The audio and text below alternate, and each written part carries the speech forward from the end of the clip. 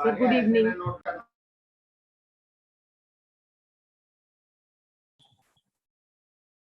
Good evening, everyone. Good evening, sir. Good evening, sir. Good evening, Good evening, beta. Good evening. Good evening. Good evening, sir. Yes, sir.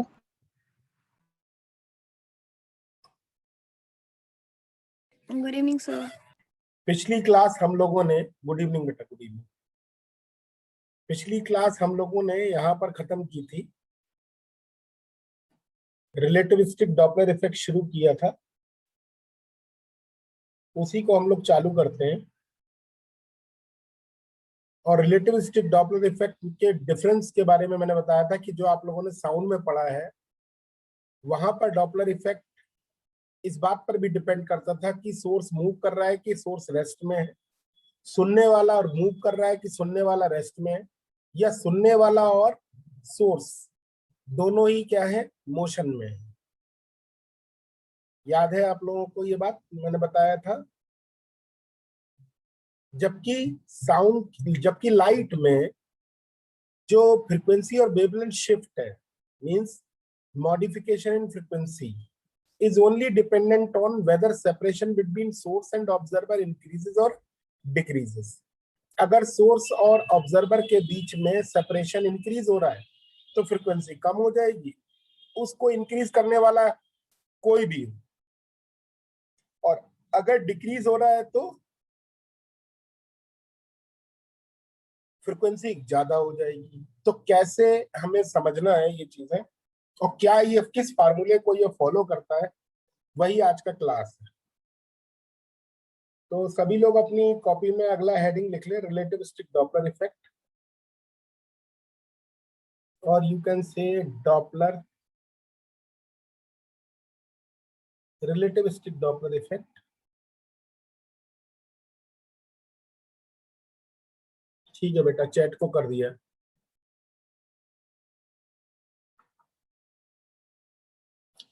Relativistic Doppler effect,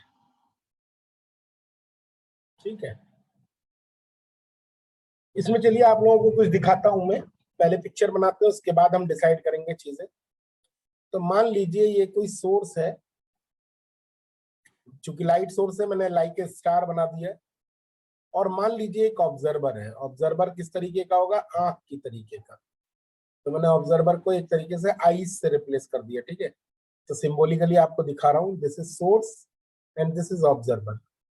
and for example, if with respect to observer this source is at rest, अगर observer के respect में source rest में है, और you can say in the frame of reference of source the frequency of this source is, this light source is new not and wavelength is correspondingly lambda naught. मेरी आवाज clear है आप लोगों को? Yes, sir. So if you are in the frame of reference of source, if you are in the frame of reference of source, then जो इसमें से वेवफ्रंट्स निकलेंगे,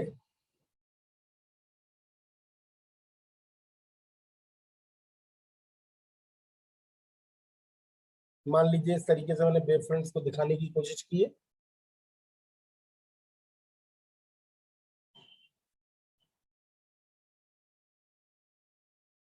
ठीक है, सबसे पहले कौन सी पल्स निकली होगी, अगर आप इसको देखें तो कौन सी पहले निकली होगी? इन तीनों में पहले कौन सी निकली होगी? ग्रीन वाला। अब ब्लू वाली, उसके बाद ग्रीन वाली, उसके बाद येलो वाली, उसके बाद रेड वाली, ठीक है। तो दो कंसीक्वेंट अगर हम वेवलेंथ्स को देखें, ये चीज हमारी क्या है, अगर मैं इसको लाइन मिला दे रहा हूं तो ये जो है बेसिकली हमारी कितनी है, लैम्डा नॉट, है ना। तो lambda naught is equal to, you can write अगर मान लीजिए एक पल्स को निकालने के बाद दूसरी पल्स कितनी देर में आती है, टी नॉट टाइम में, तो कितनी डिस्टेंस ट्रेवल कर जाएगा ये, c t naught. So this is c t naught. और इसी को हम लोग वेवलेंथ भी बोल सकते हैं. तो you can say in the frame of reference of,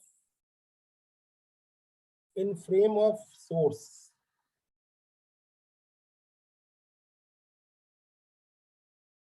source के फ्रेम में, है ना, या with respect to source, you can write also in the rest frame of source, कुछ भी लिख दें आप शब्द, या एज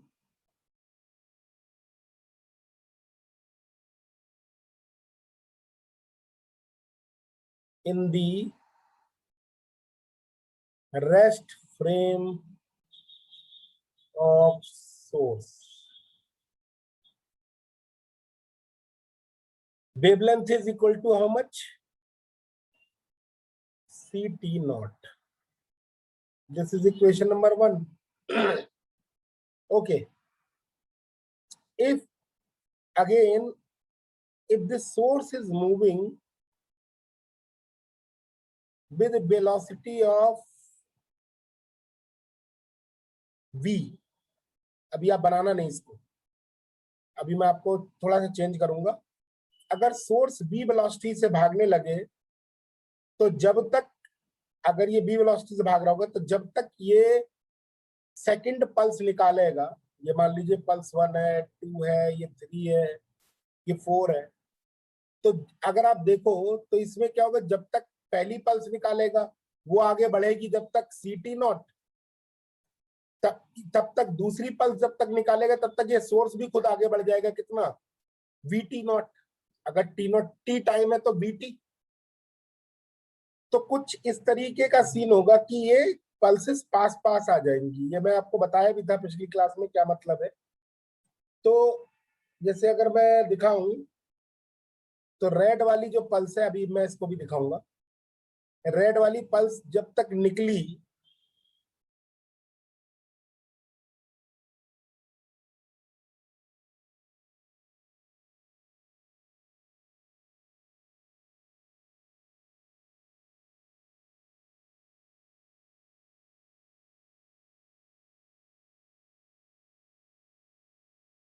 येलो वाली पल्स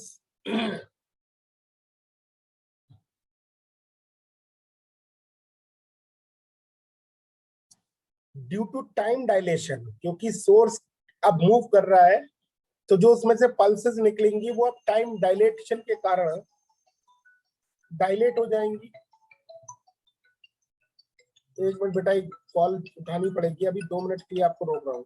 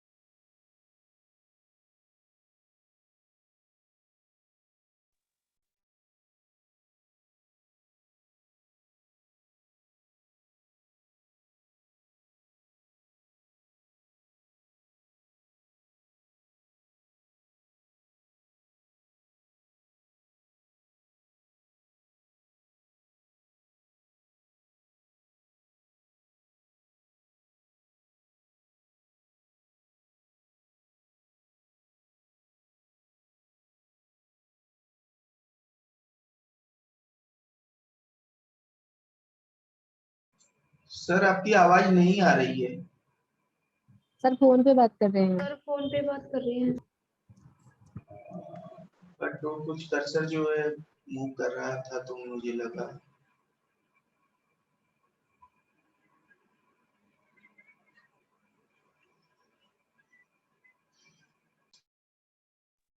हेलो। हाँ बेटा, एक्चुअली बहुत जरूरी कॉल था, वो उठाना जरूरी था। ठीक है, तो इसीलिए आवाज नहीं आ रही थी, मैंने कुछ था नहीं। मेरी आवाज अभी आ रही है ना? जी सर। Yes sir. मैं अगर 3 नंबर और 4 नंबर को अगर दिखाऊं, तो जब तक 3 नंबर आगे बढ़ेगा तब तक 4 नंबर के सोर्स भी आगे बढ़ चुका होगा। सोर्स आगे बढ़ चुका होगा तो अगली पल्स बेसिकली जो होगी वो कितनी दूरी पर, ये अगर देखा जाए तो कितना आगे बढ़ चुका होगा, यहाँ पे आ चुका होगा सोर्स। तो ओवरऑल इनके बीच की जो सेपरेशन होगा देखा जाए तो ये कितना बढ़ जाएगा आगे। 1 मिनट दिखाता हूं मैं आप लोगों को।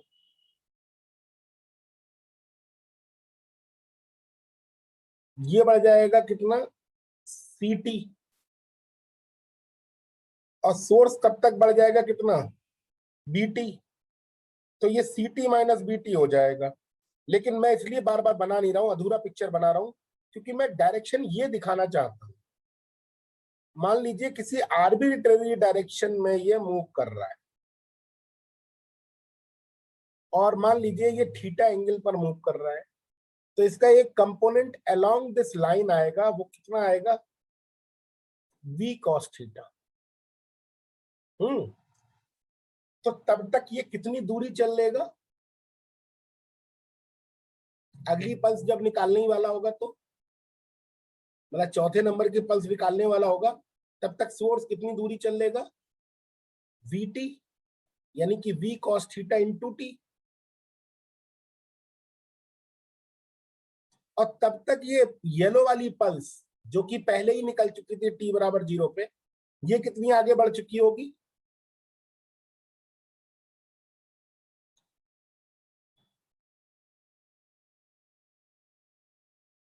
ये कितनी आगे बढ़ चुकी होगी, ct।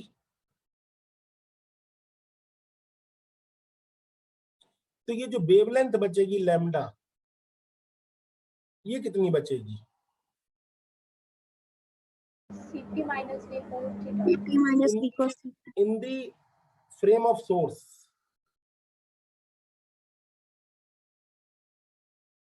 Observer, sorry, in the frame of observer, wavelength, apparent wavelength is ct minus vt और v cos theta t।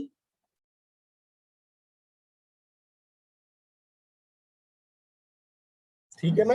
Sir observer के रिस्पेक्ट में फिर मेजर क्यों नहीं करें डिस्टेंस, मतलब अभी तो सोर्स बेटा के रिस्पेक्ट में कर दूंगा। अभी नहीं, अभी ऑब्जर्वर के रिस्पेक्ट में ही है, देखो लिखा हुआ है in the frame of observer. Diagram से नहीं समझ आ रहा, वो तो सोर्स से ही दिखा रहे हैं यहाँ से।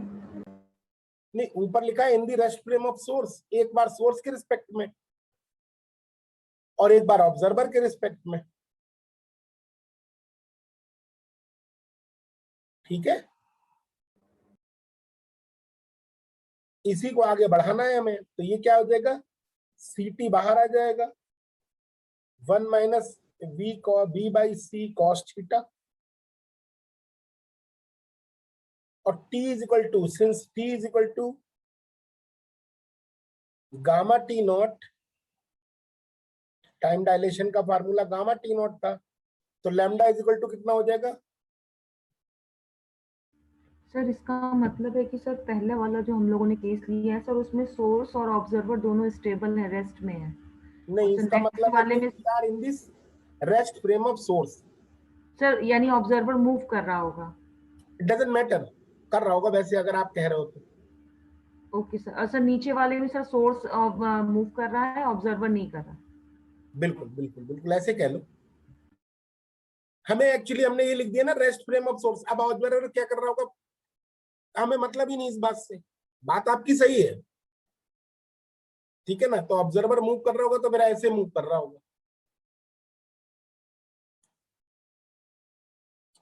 सही है ना? अब अब तो सही है Yes, बेटा? sir. तो अब ये बताएं t is equal to gamma t naught लगा दें तो ये हो जाएगा c gamma t naught 1 minus B by c cos theta and c t naught is equal to a equation 1 से लैम्डा नॉट के बराबर, so lambda naught into gamma 1 minus b by c cos theta.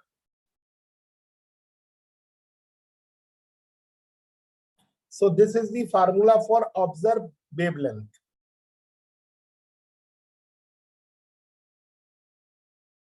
I think समझ में आया होगा आप लोगों को, प्रूफ बहुत कठिन नहीं है। मेरी आवाज ज्यादा मतलब हल्की तो नहीं आ रही है? किसी बच्चे ने मैसेज लिखा हुआ है। नहीं सर ठीक है। तो लैम्डा इज इक्वल टू, ठीक है बेटा कोई बात नहीं, मैं थोड़ा तेज और कर दिया हूँ, आप लोग ऐसा नहीं सोचना। सिंस, अब इसी बात को अगर फ्रीक्वेंसी में लिखना हो तो सी सिंस, सिंस क्या, लैम्डा को क्या लिख सकते हैं सी की टर्म्स में? C by mu. C by and also c by nu, इसको लिख सकता हूं c by nu naught into gamma 1 minus b by c cos theta. So nu is equal to how much? Nu is equal to कितना आ जाएगा? Nu naught upon, बोलो बेटा, gamma 1 minus b by c cos theta.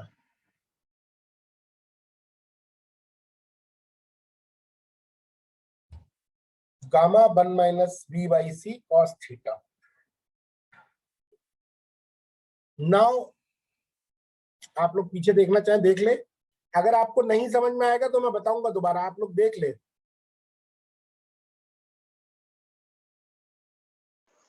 Slide number 2 show कर दीजिए। ये बेटा पिछली बार भी दिखाई थी। Yes sir. तो हो क्या रहा है इसमें कि सोर्स आगे बढ़ता जा रहा है, जिस वजह से अगली पल्स जो होगी वो क्या लगेगी? पास आके, मतलब थोड़ा आगे बढ़ चुकी होगी, है ना? पिक्चर थोड़ा अच्छा लग रहा है, नहीं समझ में आ रहा है? और अच्छे से दिखाने के लिए यहाँ पे चाहो तो एक बार और स्टार भी बना दो ऐसे करके, डॉटेड करके।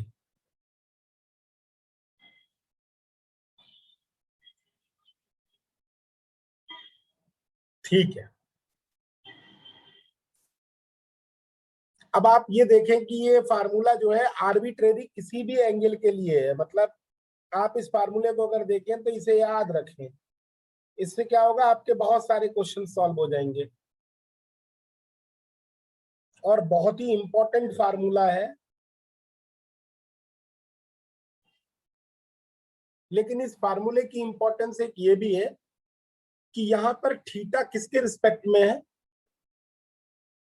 Angle theta is with respect to observer. सो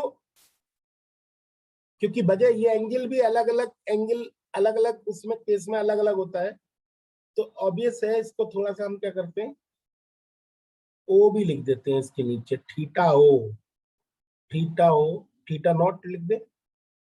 ठीक है, उससे क्या होगा कि आप लोगों को ये याद रहेगा, ये ऑब्जर्वर के रिस्पेक्ट में। अभी आप लोग सोच रहे हो कि ऑब्जर्वर के रिस्पेक्ट में मतलब, तो वो मैं आपको अभी प्रूव भी करके दिखाऊंगा कि ऑब्जर्वर के रिस्पेक्ट में एंगल अलग होता है और सोर्स के रिस्पेक्ट में एंगल अलग होते हैं। अब आप एक काम करें, फॉर डिफरेंट डिफरेंट एंगल्स आप इसको केस को करें। तो case first, sir theta naught लिखेंगे या थीटा लिखेंगे? थीटा नॉट लिख दो ना, सब जगह थीटा नॉट लिख दो, जी सर। सब जगह थीटा नॉट कर दो। नॉट मतलब नहीं है ये, यहाँ पे ओ लिखा हुआ है, ये O means theta is observe with respect to O, observer. अभी मैं आपको दिखाऊंगा कि ये अलग अलग होता है। Case first, theta is equal to, जरा जीरो लगाओ फटाफट, case 2 theta is equal to 90 degrees लगाओ and case 3 theta is equal to 180 degree लगाओ, तो आपको और अच्छा फील आएगा कि वी हैव डन करेक्टली और there is some flaw. Theta naught की जगह 0 लगा दे, गामा की वैल्यू पुट कर दे 1/√,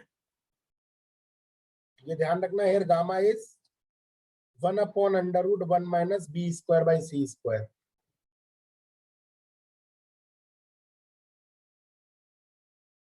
तो कितना आया?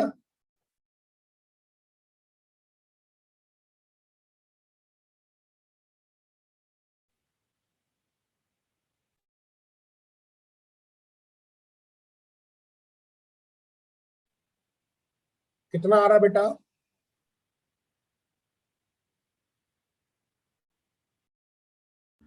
सर अंडर रूट में 1 + b/c।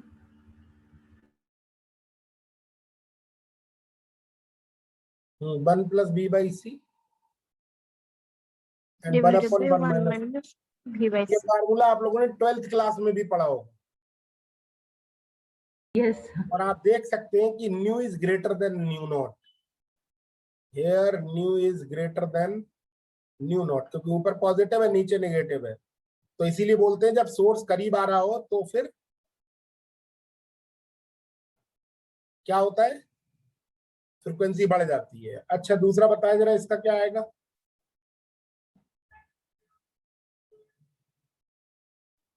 New equal to nu naught root over of 1 minus b²/c। क्या हुआ? ये नहीं आ रहा है, हाँ सर आ गया। यानी कि इसमें स्टार जो है वो ऐसे निकल गया,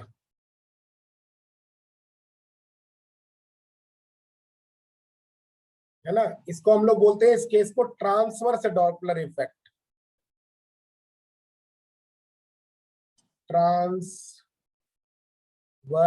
डॉपलर इफेक्ट।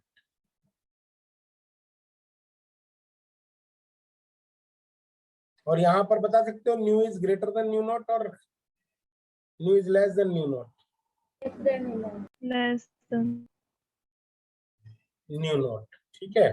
तीसरा वाला बताएं फटाफट।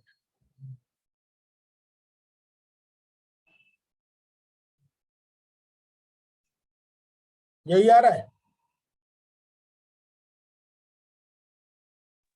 ये भी आप लोगों का जाना पहचाना होगा। Yes sir. ओवरऑल अगर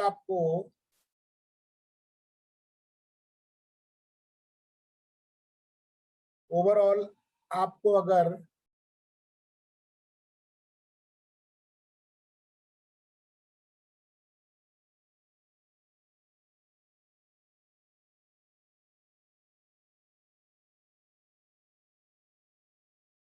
ये फार्मूला अगर याद है तो सब याद है,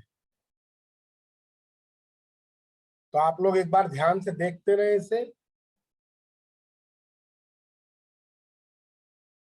और रट लें।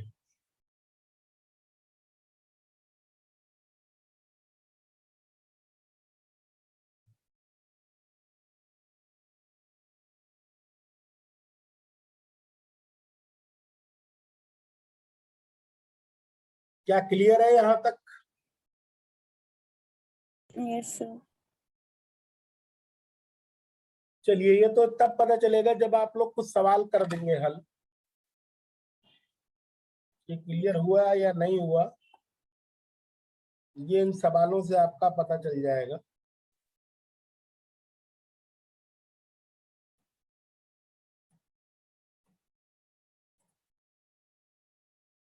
सबसे पहला सवाल,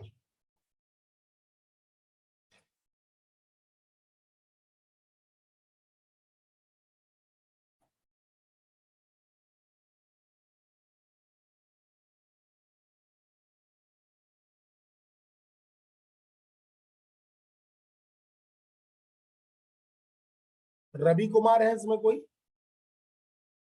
रवि बेटा? हाँ जी रवि, सर। हाँ बेटा, ये सवाल पढ़ के आप बताओ कि इसको क्या करें हम। एक मिनट सर।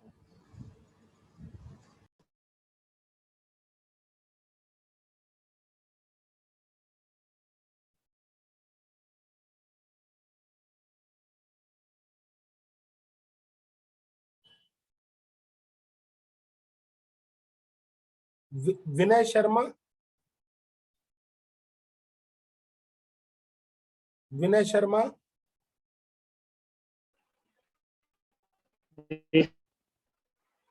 बेटा आवाज आ रही मेरी? हाँ विनय, विनय आप भी बताएंगे कि इस सवाल में हम क्या जी करें। सर। सवाल जी क्या कह रहा है ये आपको पढ़ के बताना है सर। सब बच्चों को। A light source is switched on and off at a constant frequency. Off यहाँ पे O double F वाला off.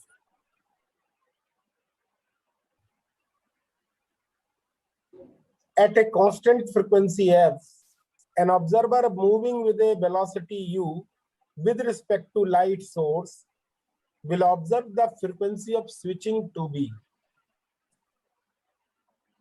मुझे विजय ये बताओ बस, क्या ये सवाल डॉपलर इफेक्ट के कौन से फार्मूले से होगा, कौन सा? विनय, 1 2 3 कौन से फार्मूले से? ये 4 5 लिखे हुए हैं।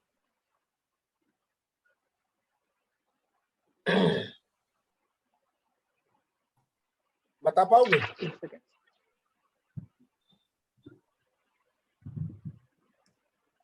एक सेकंड।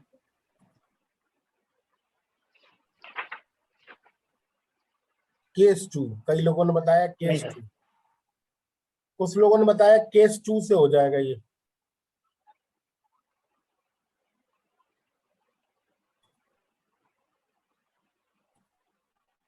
अच्छा, केस 1 से होगा, कुछ लोग कह रहे हैं। चलो इसका राज खोल देते हैं और आपको बताते हैं, बड़ी सुंदर बात बताते हैं आप लोग बिल्कुल।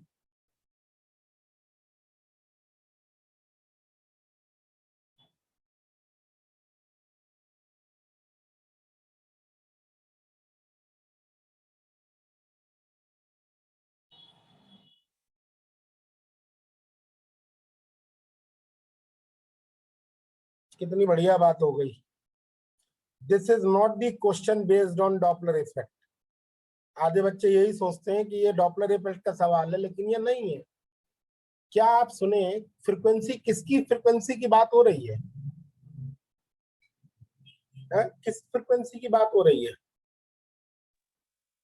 फ्रीक्वेंसी ऑफ स्विचिंग, मतलब ऑन ऑफ करने की फ्रीक्वेंसी की बात हो रही है। आप बटन पर, किसी भी बटन पे हाथ लगा ले, आपके घर में जो स्विच लगे हुए होंगे उनको आप तेजी से बटन को चलाएं तो on off on off on off on off, ये आपकी फ्रीक्वेंसी लाइट सोर्स के रिस्पेक्ट में, मतलब ऑब्जर्वर के रिस्पेक्ट में कितनी एफ है, और जो मूव कर रहा है ऑब्जर्वर उसके रिस्पेक्ट में बतानी with respect to light source. यही तो लिखा हुआ है। तो आप मुझे बताएं, अगर एफ फ्रीक्वेंसी है तो उसकी 1 सेकंड में कितना टाइम पीरियड कितना होगा? एक बार स्विच ऑन ऑफ करने में कितना समय लगेगा? 1/f।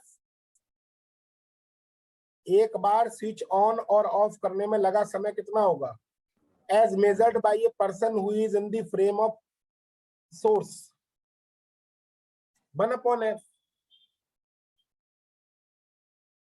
ये टाइम जो होगा डायलेटेड हो जाएगा as viewed by a person who is in the velocity with respect to source. वो कितना हो जाएगा? Gamma times.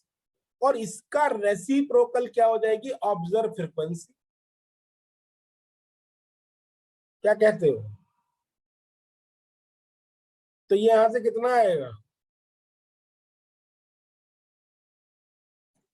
F upon gamma. तो आंसर कितना आ जाएगा? F square root 1 minus B square और जो भी u square by C square answer. अब आप सोचोगे हमने कौन गलत बताया था, ये भी तो यही फार्मूला है, न्यू बराबर new naught by gamma. Answer भले ही आपका आ जाएगा लेकिन ये क्वेश्चन डॉपलर इफेक्ट का है ही नहीं, क्योंकि यहाँ किसी लाइट सोर्स की फ्रीक्वेंसी, जो लाइट से निकलने वाली, लाइट सोर्स से निकलने वाली उसकी अगर फ्रीक्वेंसी होती, उस लाइट की फ्रीक्वेंसी होती, तब ये डॉपलर इफेक्ट का सवाल होता।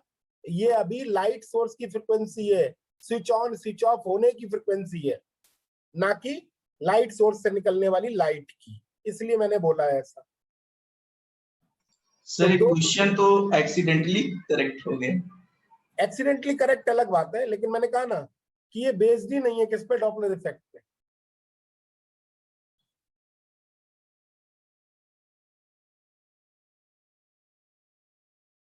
ठीक है ना। तो एक सोर्स रेस्ट में है, उसके रिस्पेक्ट में फ्रीक्वेंसी ऑफ स्विचिंग एफ है। एक ऑब्जर्वर है जो कि मूव कर रहा है, उसके रिस्पेक्ट में फ्रीक्वेंसी हमें बतानी है। तो वो कैसे निकलेगी, सोर्स की फ्रीक्वेंसी का रेसिप्रोकल करा तो दो एक बार स्विच ऑन ऑफ करने की जो फ्रीक्वेंसी मतलब टाइम है वो पता चल गया, टाइम को डायलेटेड कर दिया, 1/f को गामा से मल्टीप्लाई कर दिया, और ये बन गया क्या, time period observe by A person who is moving, and 1/f कर देंगे तो ये ऑब्जर्व फ्रीक्वेंसी हो जाएगी। तो ऑब्जर्व फ्रीक्वेंसी कितनी हो जाएगी, F by gamma, that's it. तो अगर कुछ लोग कह रहे हैं फ्रेम में बताओ, तो फ्रेम में बता देता हूं बेटा, सुन लो फ्रेम में, इसमें कोई नई बात थोड़ा ही है। एक सोर्स है एस, मतलब एक कह लो एस फ्रेम है और एक एस प्राइम फ्रेम है।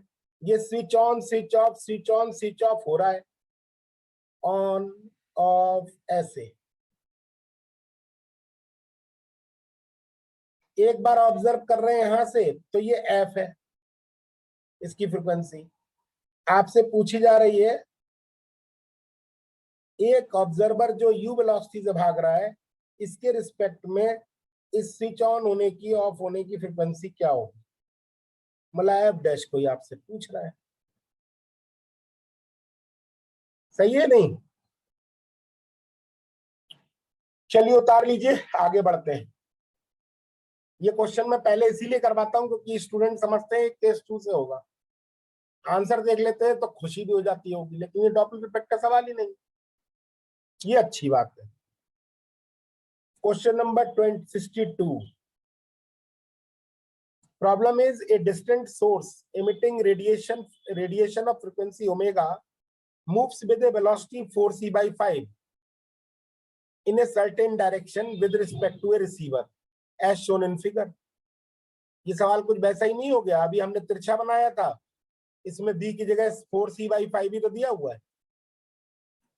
कह रहे हैं the upper cut off frequency of the receiver is 3 ω/2, यानी कि ओमेगा ऑब्जर्व करने की जो ऑब्जर्व फ्रीक्वेंसी है वो 3 ω/2 है।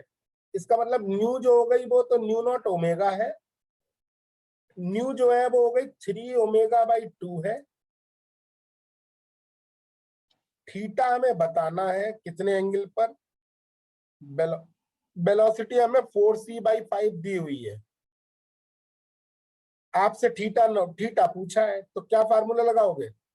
अब ये डॉपलर इफेक्ट का ही सवाल है, ऑब्वियस है, क्योंकि रेडिएशन जो आ रहा है उसकी फ्रीक्वेंसी दी हुई है। तो ये वाला आप फार्मूला लगा दें फटाफट और आंसर मुझे बताएं बिना देर करे। यहां से फटाफट, ये 5 मार्क्स का सवाल आया था, इतना सरल। सरल तभी है जब आपको ये फार्मूला याद। यहां से थीटा की वैल्यू बताएं कितनी आएगी, कॉस इनवर्स में ही आएगी, सारे ऑब्जेक्टिव यही कह रहे हैं। पेन बिना चलाए नहीं करें। मैंने जैसे ही 1-2 स्टूडेंट से पूछा कि बेटा ये बताओ वो बताओ, 2-3 लोगों ने तुरंत छोड़ दी क्लास। ऐसा डरो मत बेटा हमसे, हम डरावने नहीं हैं।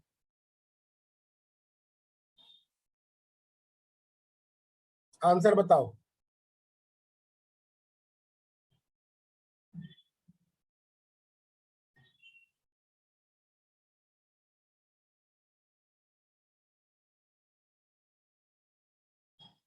आंसर बोलो बेटा,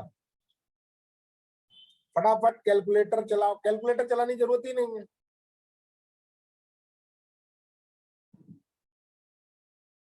चैट बॉक्स में बताओ। Sir cos inverse 3/4। Chat box में बताया करो बेटा। Okay sir.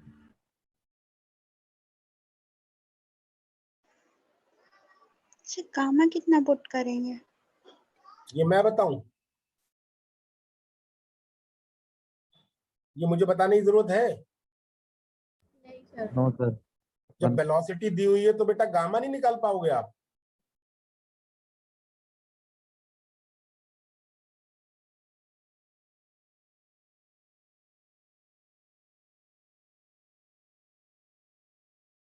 कितना आएगा गामा? इसका तो याद भी करवा दिया था मैंने गामा।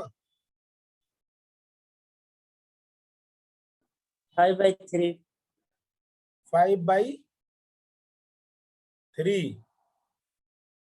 अब लगा दो।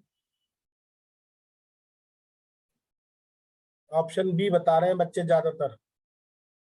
यस सर, बी आ रहा है।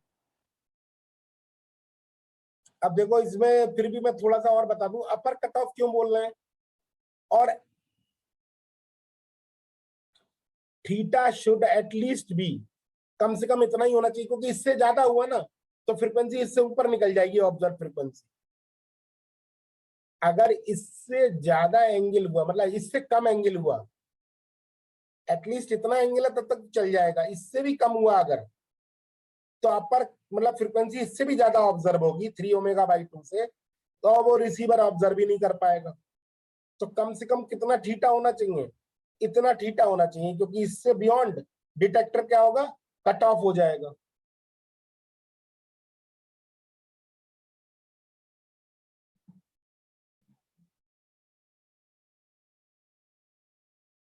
डिटेक्टर क्या हो जाएगा, कट ऑफ फ्रीक्वेंसी के ऊपर चला जाएगा।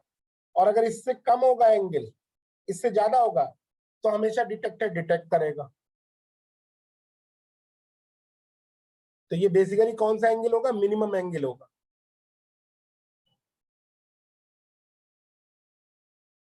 इससे नीचे जाने पर डिटेक्टर खराब हो जाएगा या कट ऑफ कर जाएगा। रिसीवर मूव करने की केस, रिसीवर मूव करे और सोर्स चले, वो सेम केस आएगा बेटा। मैंने कहा ना, कोई दोनों में से कोई भी चले, फार्मूला यही लगेगा। रिसीवर अगर मूव करे और सोर्स चले, या सोर्स मूव करे, ये रिसीवर रेस्ट में रहे, बात एक ही है।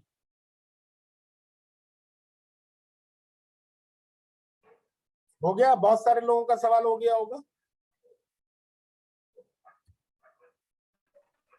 हो गया। अगला क्वेश्चन आपकी स्क्रीन पे, फटाक से आंसर बताओ।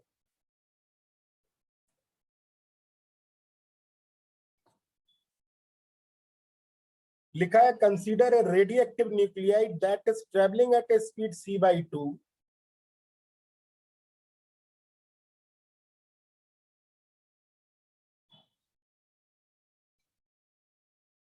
with respect to lab frame. It emits gamma rays of frequency nu naught in its rest frame. लिखा हुआ है साफ साफ, यानी nu naught is actual frequency of light और gamma ray. There is a stationary detector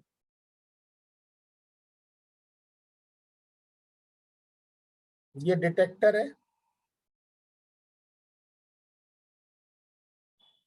which is not on the path of nucleus. Nucleus के path में मैंने बनाया भी नहीं है. If a gamma ray photon is emitted when the nucleus is closest to the detector, तो कौन सी position पे ये क्लोजेस्ट पोजीशन होगी? जब ये डिटेक्टर के ठीक ऊपर होगा, उस वक्त ये क्या कर रहा है, गामा रेडिएशन कर रहा है ना, गामा रे फोटोन निकाल रहा है. तो ऑब्जर्व फ्रीक्वेंसी, डिटेक्टर क्या देखेगा? ये किसका सवाल हो गया?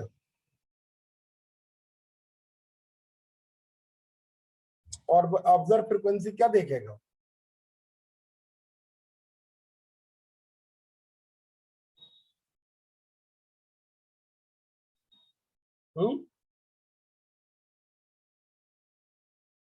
बोलो बेटा, एक आध कोई बच्चा बोलेगा तो अच्छा लगेगा। लोग बता दीजिए। 90 डिग्री में। ये कौन सा केस हो गया? केस 2 हो गया। केस 2 हो गया ये। थीटा 90 डिग्री हो गया, और थीटा 90 डिग्री होता है तो न्यू नॉट बाई गामा आता है। गामा कितना आएगा इस केस में? कई लोगों का डी भी आ रहा है आंसर। 2/√3। 2/√3 आएगा। तो √3/3। इतना सिंपल सवाल आया था, ये भी बहुत सरल सवाल था, बस पढ़ने भर के क्वेश्चन के पैसे थे। मतलब कहने का मीनिंग है कि आपका सवाल अगर आया डॉपलर इफेक्ट से तो हीरो फार्मूला है ये। इसमें आप वैल्यू लगाते जाएं और आप आंसर पाते जाएं।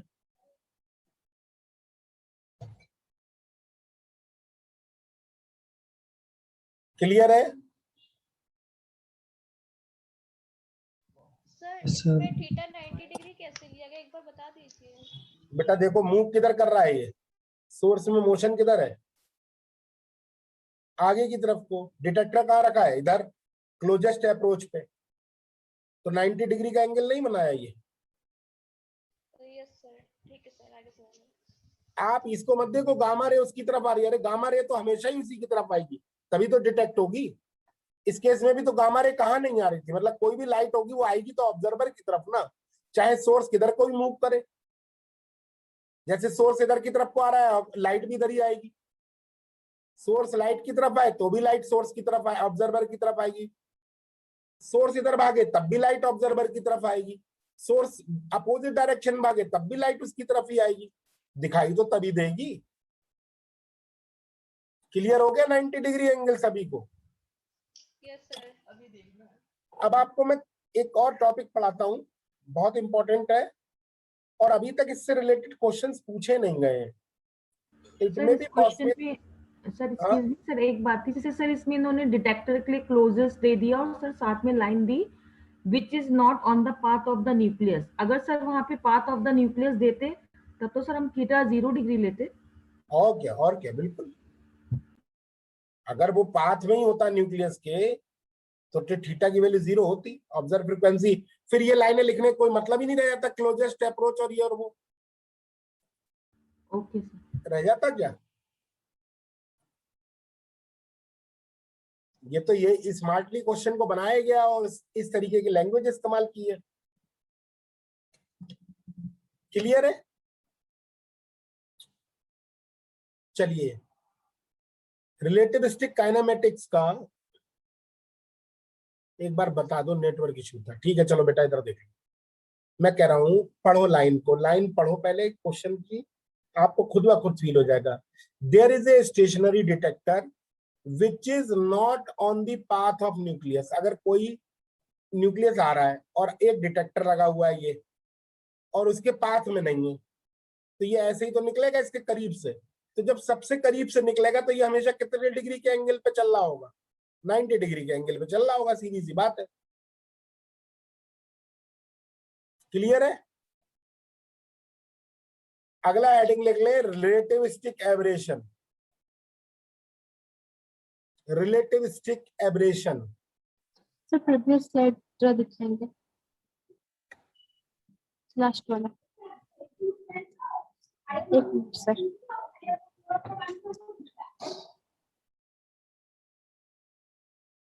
आज बहुत इंपॉर्टेंट टॉपिक होने वाले हैं जिसमें मैं मास एनर्जी इक्विवेलेंस का प्रूफ, E = mc² का प्रूफ, ये सब बताऊंगा। ठीक है? तो बहुत बहुत इंपॉर्टेंट है, क्लास छोड़ना मत अभी। कोई भी जो लोग पेशेंस नहीं रखते हो, क्लास छोड़ देते हो, उन लोगों से बोल रहा हूं मैं। ठीक है? Relativistic aberration. रिलेटिविस्टिक एब्रेशन का मतलब है करेक्शन इन द एंगल। अगर मान लीजिए दो फ्रेम है, एक एस और एस प्राइम दिख रहा है, पहले आप लोग फिगर बना ले। एस और एस प्राइम है और दोनों फिगर है, एक बार आप एस फ्रेम में बैठे हैं और एक बार एस प्राइम फ्रेम में बैठे हैं, दिख रहा है आप लोगों को? एक बार आप एस फ्रेम में बैठे हैं और एक बार आप एस प्राइम फ्रेम में बैठे हैं। एस फ्रेम में बैठा हुआ पर्सन कह रहा है कि ये थीटा एस एंगल पर एक फोटोन इमिट हो रहा है, ठीक है। और एस प्राइम फ्रेम में बैठा हुआ बंदा इसी फोटोन को देख रहा है, थीटा एस प्राइम एंगल पर निकल रहा है। तो what is the relation between this theta S and theta s prime?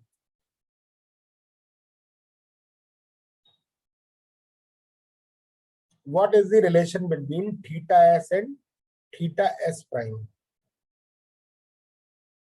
मतलब अगर एक फ्रेम आप सोर्स का मान लो तो सोर्स के फ्रेम में और सोर्स से बाहर से बैठ के देखने में कितना एंगल का डिफरेंस आता है, यानी इस एंगल पर भी फर्क पड़ता है। तो मैं अगर क्या करूं, सी के कंपोनेंट्स कर लूं along the motion of s prime, तो ये आ जाएगा c cos थीटा s, ये आ जाएगा c cos थीटा प्राइम। या तो अब देखो यही तो मतलब हुआ, s फ्रेम के रिस्पेक्ट में b वेलोसिटी से ये चल रहा है और c cos थीटा s से ये चल रहा है। तो इस पर जब बैठ जाओगे तो इसकी वेलोसिटी क्या लगेगी? अगर इस पिक्चर को देखो सिर्फ इसको, अगर आपको इसके फ्रेम, ये इधर जा रहा है ये इधर जा रहा है, इस पर बैठ जाओगे तो इसकी स्पीड क्या लगेगी, कम या ज्यादा? अरे ऐसे समझ लो दो बॉल है, एक बी से चल रही है और एक सी कॉस थीटा एस से। इस पर बैठ जाओगे तो आपको कितनी स्पीड लगेगी, कम या ज्यादा? कम लगेगी। किस फार्मूले से कम लगेगी? C cos theta s minus b upon 1 minus c cos theta s into b upon सी स्क्वायर, यही। और यही इसी के रिस्पेक्ट में इसकी वेलोसिटी क्या लिख रखी है, सी कॉस थीटा एस, वो ये रही। सी कैंसिल कर दो दोनों तरफ से तो ये फार्मूला आ गया। This is the relation between theta S and theta s prime. ये थीटा एस प्राइम को लिखा है थीटा एस के टर्म्स में, आप चाहो तो थीटा एस को थीटा एस प्राइम के टर्म्स में भी लिख सकते हो। इस फिगर में आ जाओ, इस फिगर में से बनाओ, ये इधर जा रहा है ये इधर जा रहा है, इस पे बैठ जाओगे तो इसकी स्पीड क्या लगेगी, ज्यादा या कम? एस पर बैठ जाओगे इसकी स्पीड क्या लगेगी, ज्यादा या कम? बीच वाले को देखना बंद कर दो, दिख रहा है? अगर ये बी वेलोसिटी से अपोजिट जा रहा है और ये इधर जा रहा है तो एस पर बैठकर आपको इसकी वेलोसिटी क्या लगेगी, ज्यादा या कम? ज्यादा। ज्यादा लगेगी। तो आप क्या लिखोगे, c cos theta s prime plus b upon 1 plus c cos theta s prime into b upon सी स्क्वायर। और ये इस पे बैठ के वेलोसिटी आपको पता ही है कितनी है, कॉस थीटा एस, तो you can also write it as this. तो आप चाहे थीटा एस को थीटा के टर्म और लिखा है मैंने, ठीक है, ये मत सोचना आप लोग की ये कोई नया फार्मूला है। तो थीटा, ये थीटा एस प्राइम के टर्म्स में और ये theta s prime theta S के टर्म में। आप ये पिक्चर बना ले और फार्मूला लिख ले। एक बार मैं आपको लिख के समझा देता हूं, बस उसके बाद आप लोग कंफर्म हो जाओगे। मैं यहाँ पे फिर से समझा रहा हूँ, सुने। एक बी वेलोसिटी चल रहा है और एक सी कॉस थीटा एस से, तो बताओगे ए है मान लो, इसे बी मान लो, ऐसे समझ लो ना। तो what is the speed of b with respect to a, क्या लिखोगे, c cos theta s minus b upon 1 minus c cos theta s into b upon सी स्क्वायर। और बी कौन, ए कौन था, ए कौन था, एस। एस के रिस्पेक्ट में इसकी वेलोसिटी पता है,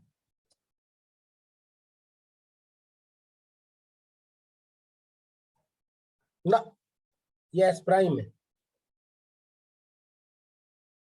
एस प्राइम के रिस्पेक्ट में इसकी वेलोसिटी पता है वो कितनी है, सी कॉस थीटा एस प्राइम। दूसरे तरीके से लिखना है तो एस भाग रहा है अपोजिट डायरेक्शन बी से और फोटोन भाग रहा है अपोजिट डायरेक्शन में सी कॉस थीटा एस प्राइम से। अगर आपको इस पे बैठा दिया जाए तो कितनी स्पीड लगेगी एस पर?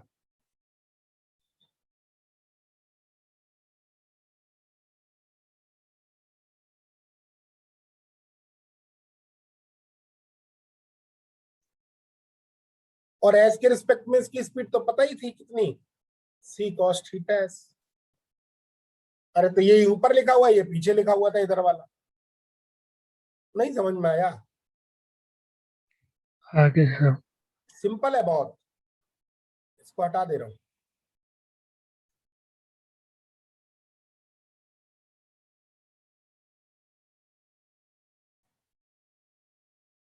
बस खत्म हो गया। इसी फार्मूले को बोलते हैं relativistic abrasion.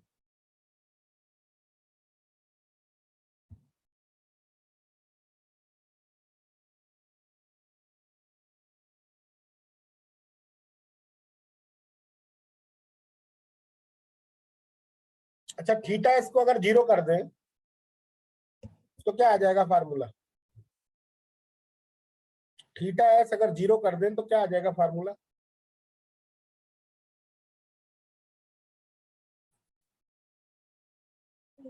One minus B by C, 1 minus B by C cancel हो गया तो थीटा एस प्राइम भी 0 ही आएगा ना।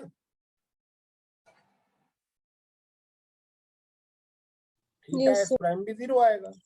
और वेलोसिटी एडिशन लगाना, बी माइनस सी अपॉन या सी माइनस बी अपॉन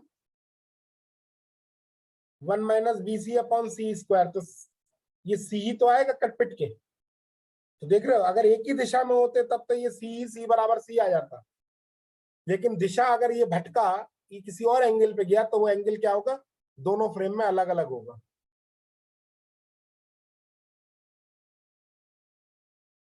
ठीक है,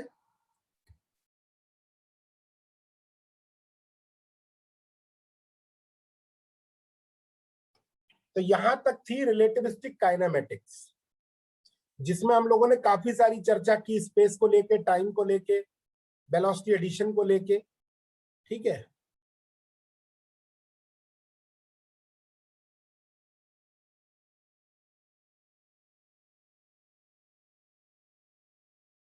नवीन बेटा बाद में बता दूंगा आपको जो दिक्कत आई है। ठीक है, नेटवर्क चला गया तो यार बेटा पीछे दो स्लाइड नहीं जा सकता ना मैं। चलिए आज से हम रिलेटिविस्टिक डायनेमिक्स स्टार्ट करते हैं।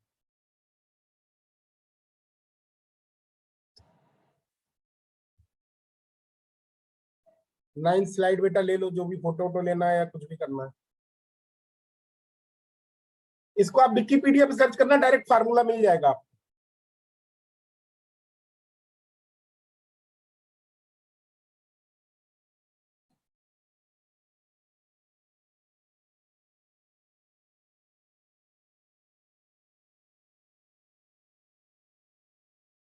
चले आगे बढ़े।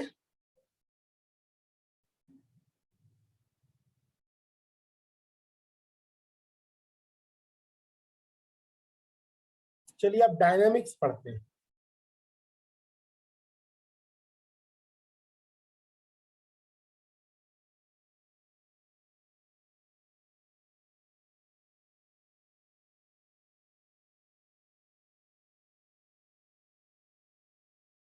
बिल्कुल लिख के ही बताऊंगा।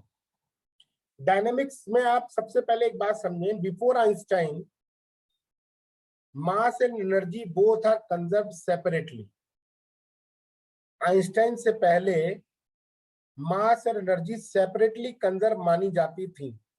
ठीक है, but Einstein proposed that mass can be converted into energy and energy can be converted into mass. So mass energy conservation law separately is not true. Separately you can't say that mass is conserved or you can't say that energy is conserved.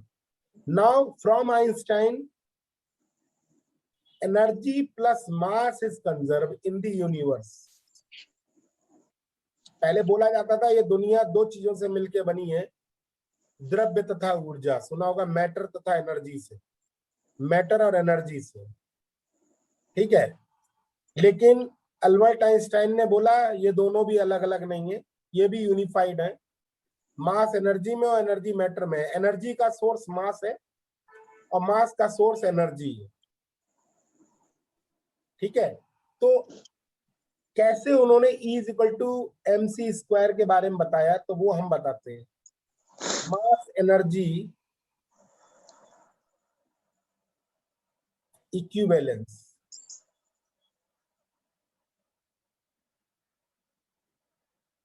Consider करेंगे दो case, वही train हम याद करेंगे।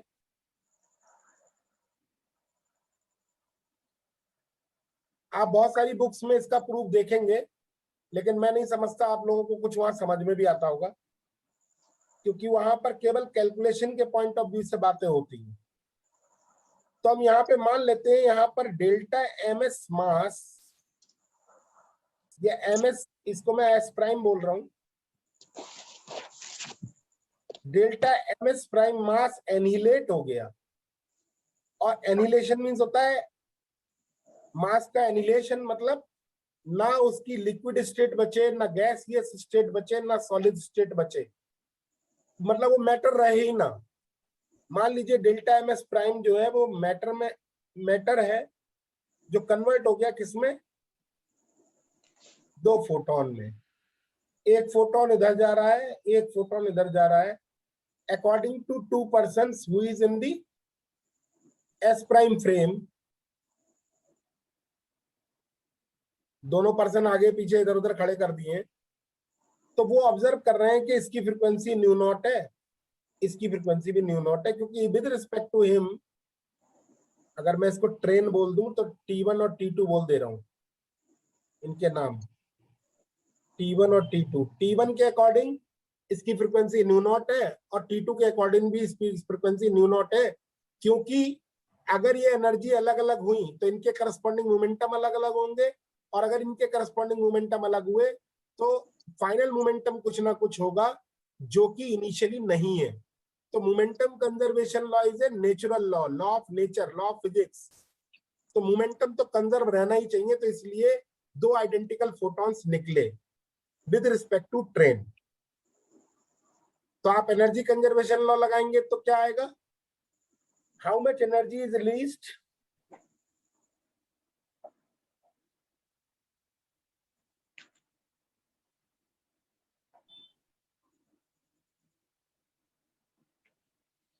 Energy released in S prime frame.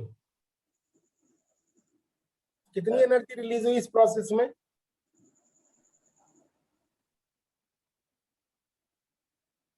2h new not, है ना। और momentum conservation law अगर देखें तो ये ट्रू है, क्योंकि इसके करस्पॉन्डिंग मोमेंटम होगा h new naught by c, और इसके करस्पॉन्डिंग मोमेंटम होगा h new naught by c। दोनों प्लस माइनस कैंसिल हो जाएंगे, जीरो। जबकि शुरू में कितना था, जीरो, क्योंकि ट्रेन के अंदर सोर्स किसमें, रेस्ट में।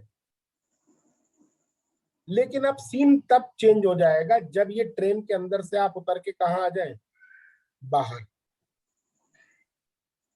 और मान लीजिए अब आप लोग कहां खड़े हैं, बाहर। एक यहां इंतजार कर रहा है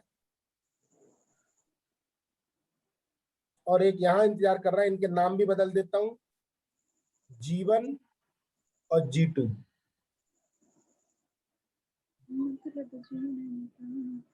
मतलब ग्राउंड के फ्रेम में, है ना।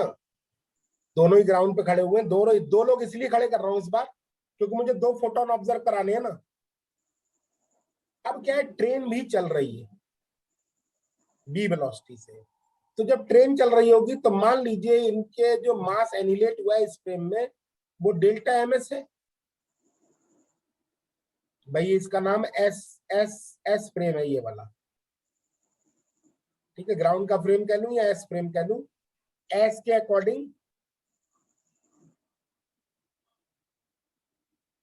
समझ रहे हो, एस फ्रेम के अकॉर्डिंग ये एनिहिलेटेड मास कितना है, डेल्टा एमएस। और इसके अकॉर्डिंग ये सोर्स क्या था जिससे ये मास, जिससे ये फोटोन क्रिएट हुए, वो भाई ये चल रहा है तो सोर्स भी चल रहा होगा ना b वेलोसिटी से, तो G2 क्या कहेगा, फ्रीक्वेंसी बढ़ गई या घट गई? अकॉर्डिंग टू G2 घट गई सर। बढ़ गई। डॉपलर बढ़ इफेक्ट गई। क्या कहता है, अगर आपकी तरफ को आ रहा है तो फ्रीक्वेंसी बढ़ जाएगी ना, और ये क्या कहेगा, आपसे दूर जा रहा है, इससे दूर जा रही है ट्रेन, तो इसको क्या लगेगा, फ्रीक्वेंसी घट गई। कितनी हो गई, मान लीजिए h ν1, और ν1 and ν2 is equal to how much, ν0 under root 1 minus B by c upon 1 plus B by c, and ν2 is equal to कितना हो जाएगा, ν0 under root 1 plus B by c upon 1 minus B by c. अभी ये formulas मैंने लिखे ही थे, सही बोल रहा हूं नहीं? भाई ν1 क्या होगी, कम हो जाएगी फ्रीक्वेंसी, कम वाला फार्मूला बताया था, क्योंकि ये इससे दूर जा रहा है, ये इधर है और ये इधर जा रहा है, सोर्स से, ऑब्जर्वर से सोर्स दूर जा रहा है, और G2 के करीब आ रहा है, करीब वाला फार्मूला लगा दिया G2 के लिए, और G1 के लिए लगा दिया दूर जाने वाला फार्मूला। मैं बात सोर्स की कर रहा हूं, फोटोन की नहीं। अब आप मुझे बताओ, इस फ्रेम में, एस फ्रेम में एनर्जी रिलीज कितनी होगी? अभी बेटा पीछे पलटूंगा मैं, आप लोग चिंता ना करें। एनर्जी रिलीज्ड, आप लोगों ने ऐसा लॉजिकल प्रूफ नहीं देखा होगा, वैसे आप बहुत देखे होंगे प्रूफ। एनर्जी रिलीज इन एस फ्रेम, और जो झटके में हो जाता है इस प्रूफ। एस फ्रेम में एनर्जी कितनी रिलीज होगी, h ν1 plus h ν2।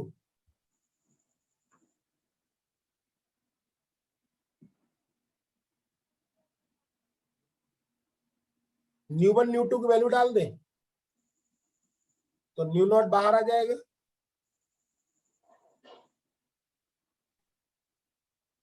ν1 is 1 plus B by c upon 1 minus B by c, उल्टा लिखा है, ठीक है, 1 minus B by c upon 1 plus B by c plus square root 1 plus B by c upon 1 minus B by c. LCM ले ले, LCM लेते हुए देखना जरा मैं सही लिख रहा हूं नहीं।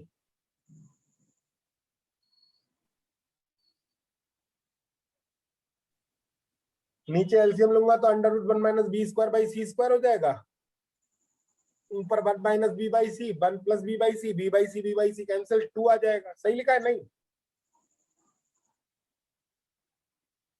और ये क्या है, ये क्या है इक्वेशन 1 में, energy released in S prime frame. इसका मतलब क्या हुआ, हमारा ये कहना गलत नहीं होगा, यहां पे हम क्या प्रूव कर लिए, एनर्जी इज ऑल्सो रिलेटेड।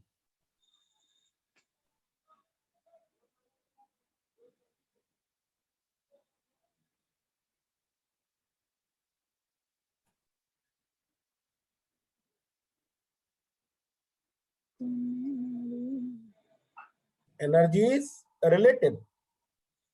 इसको इक्वेशन नंबर कुछ मान लेते हैं, 2 मान लेते हैं, 3 मान लेते हैं, 2 थी पहले ही।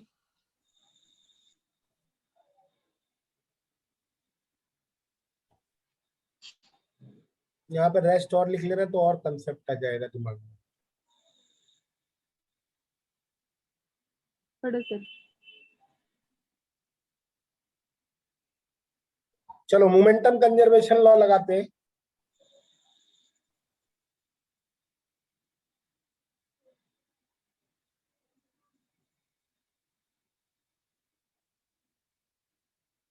Momentum before decay, delta M S prime का मोमेंटम कितना होगा before decay,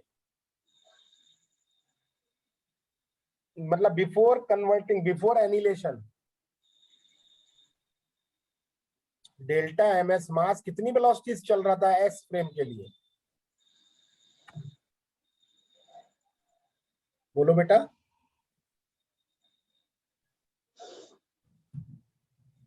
momentum of delta M S prime कितना होगा एस फ्रेम के लिए? Delta M s into v, V velocity sir. Delta M s into v. और बताओगे after decay, after annihilation इसका कितना होगा? H nu 2 by c minus h nu 1 by C.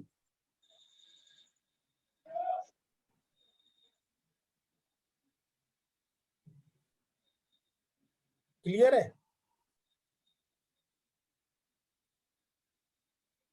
H nu 2 by c minus h nu 1 by c. Momentum of photon पता है ना, ई by सी होता है।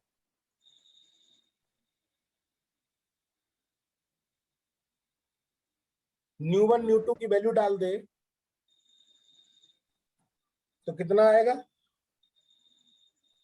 एच बाई सी बाहर, nu naught under root 1 plus B by c upon 1 minus B by c minus under root 1 minus B by c upon 1 plus B by c. LCM लो तो नीचे बन जाएगा गामा, मतलब 1 upon under root 1 minus B square by C square gamma बन जाएगा।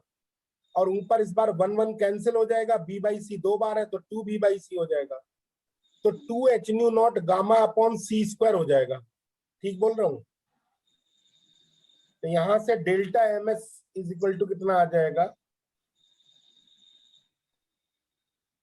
2 H nu naught into gamma into B. यही तो आ जाएगा, देखो।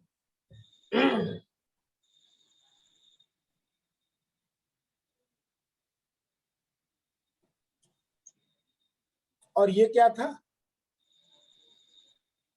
2 H nu naught by gamma, sorry 2 H nu naught into gamma delta E S, V भी cancel upon सी square भी रह गया ना।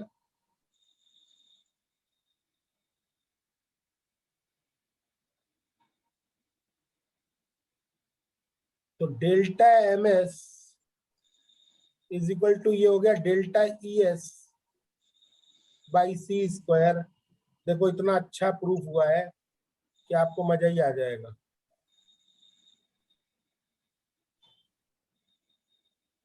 कहीं ना कहीं ई बराबर एम सी स्क्वायर ही प्रूफ हो गया।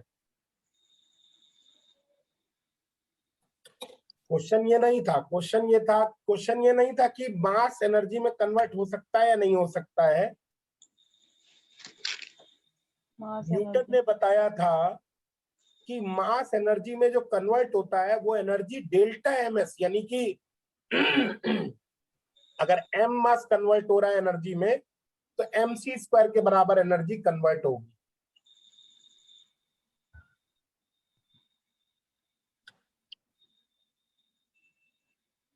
Since all frames are equivalent,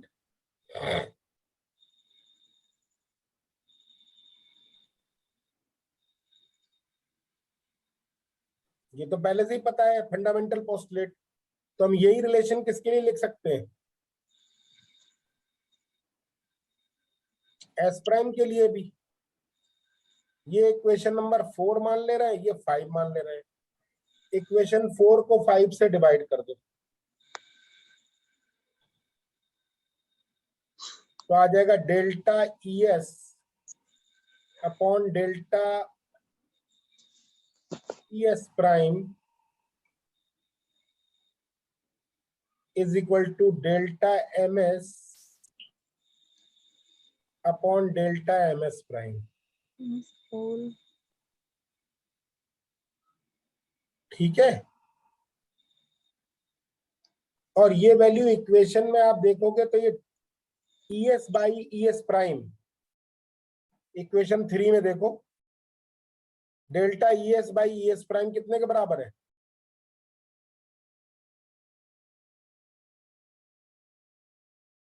gamma के बराबर, delta M S upon delta M S prime. Bracket में लिख रहा हूं यूजिंग इक्वेशन 3। समझ में आया नहीं आया? यार ये delta M S is equal to, सब बैक कर दी। एक मिनट बेटा, डेल्टा एम एस प्राइम, इसका मतलब यहाँ ये प्रूफ हो गया mass is also relative.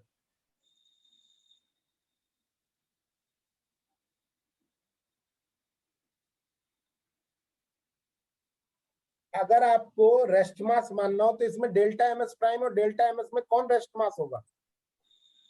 Delta M S prime और डेल्टा एम एस में कौन रेस्ट मास होगा? Delta MS. Delta M S prime, हाँ सर। है ना? तो since delta M S prime is at rest, so it is rest mass, है ना? और इसको अगर हम यूजुअल नोटेशन एम नॉट दे दें, and delta M S is moving मास, इसको मैं एम नाम दे दूं, तो ये ध्यान से देखो, हम लोग एक और प्रूव कर लिए, ये समझ लो खत्म हो गई बात।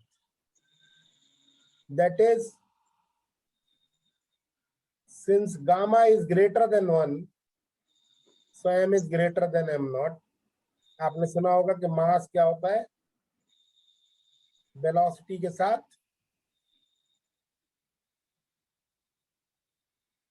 एम नॉट रहता है, लेकिन जब रिलेटिविस्टिक रीजन में आने लगता है तो ये बढ़ने लगता है। सुना है ये बात? नहीं?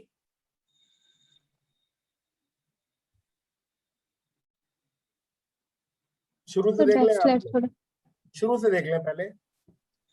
ऐसे मान लो जैसे ट्रेन के अंदर एक रिएक्शन हुई, आपने रिएक्शन सुनी होगी, E plus E minus is equal to H nu plus H new.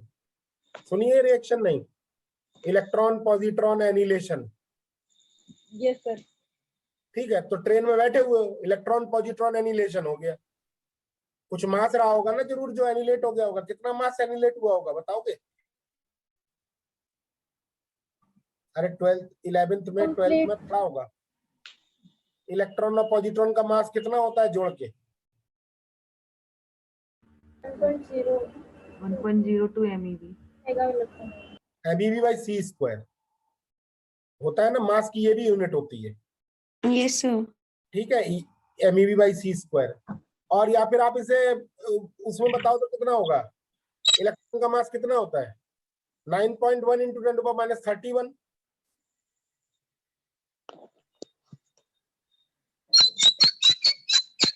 Into 2 से मल्टीप्लाई कर दो kg। सही कि नहीं सही है?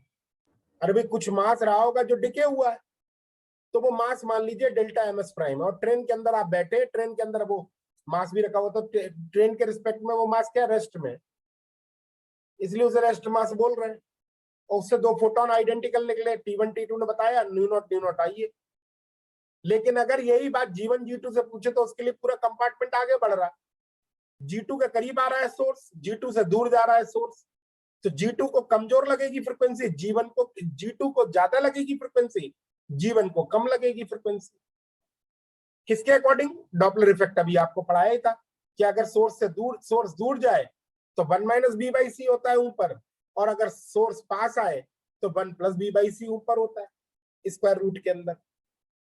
ठीक है, अब मैंने क्या किया, एनर्जी रिलीज इन एस फ्रेम देखा, तो hν1 + hν2 है, ν1 ν2 की वैल्यू डाल ली तो पता चला कि डेल्टा ES जो है गामा टाइम्स है delta ES prime. Energy relative है, इसका मतलब गामा टाइम्स बढ़ जाती है। मोमेंटम कंजर्वेशन लॉ डाला तो momentum before decay in the S frame में, तो डेल्टा MS इंटू V, यही तो हुआ momentum. And after decay hν2 - hν1, hν2/c - hν1/c, ν1 ν2 की वैल्यू डाली तो ये हमारा निकल के आया, यहां से आया delta MS = delta ES over C square, यानी delta MS = delta MS into C square. ये E बराबर MC स्क्वायर का प्रूफ हो गया। इसी को आगे बढ़ाता ले जाऊं, इसी को आगे बढ़ाता हुआ ले जाऊं, तो मैंने कहा कि सारे फ्रेम चूंकि एक जैसे होते हैं, जैसा रिश्ता एस फ्रेम में आया है वैसी रिश्ता किसमें आएगा, एस प्राइम फ्रेम में। दोनों को डिवाइड कर दिया, उससे क्या हुआ, गामा बराबर डेल्टा MS बराबर gamma times delta MS prime आ गया। अगर नाम देना है तो एम जो हो गया मूविंग मास हो गया डेल्टा MS, और डेल्टा MS प्राइम हो गया क्या, रेस्ट मास, क्योंकि वो रुका हुआ था। तो यानी कि moving mass is greater then rest mass. ये फार्मूला आप लोगों ने बहुत पढ़ा भी होगा, m बराबर गामा एम नॉट। इससे ये भी पता चल गया मास से रिलेटिव होता है, और गामा चूंकि 1 से बड़ा होता है तो मास क्या होता है, बढ़ने लगता है वेलोसिटी के साथ। क्या समझ में आया? अब पूरा समझ में आ गया? नहीं? अब देखो इन 4 स्लाइड में, ये भले ही आप लोगों को बड़ा लंबा लग रहा हो, लेकिन मैं कह रहा हूं 1 2 3 4 स्लाइड को अगर लिखोगे ना कॉपी के पेज पे तो एक पन्ने में आ जाएगा। एक पेज में कितने प्रूफ हो गए ध्यान से देखो। एक तो ये प्रूफ हो गया एनर्जी रिलेटिव है, दूसरा ये प्रूफ हो गया मास रिलेटिव है, तीसरा ये प्रूफ हो गया E बराबर mc स्क्वायर होता है, चौथा ये प्रूफ हो गया m बराबर गामा m नॉट होता है। जबकि आप किसी भी बुक को उठा के देखोगे तो उन सब में क्या लिखा हुआ होगा, m बराबर गामा m नॉट का अलग से प्रूफ करवाया होगा, E बराबर mc स्क्वायर का अलग से करवाया गया होगा। देखा, याद आ रहा है कुछ कुछ नहीं?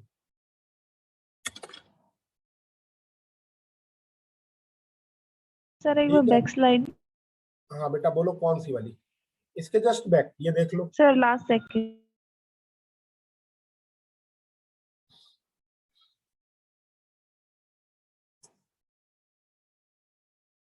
जहां प्राइम लगा है बेटा वहीं प्राइम लगाना, वरना गड़बड़ हो जाएगा। अच्छा नहीं लगा बिल्कुल भी प्रूफ? लास्ट में ग्राफ को एक्सप्लेन कर दो बेटा। गामा फैक्टर के बारे में आपको एक्सप्लेन किया था। गामा क्या होता है, पहले 1 बना रहता है और बाद में क्या होता है, बढ़ने लगता है। वैसे एम के साथ हाल होगा।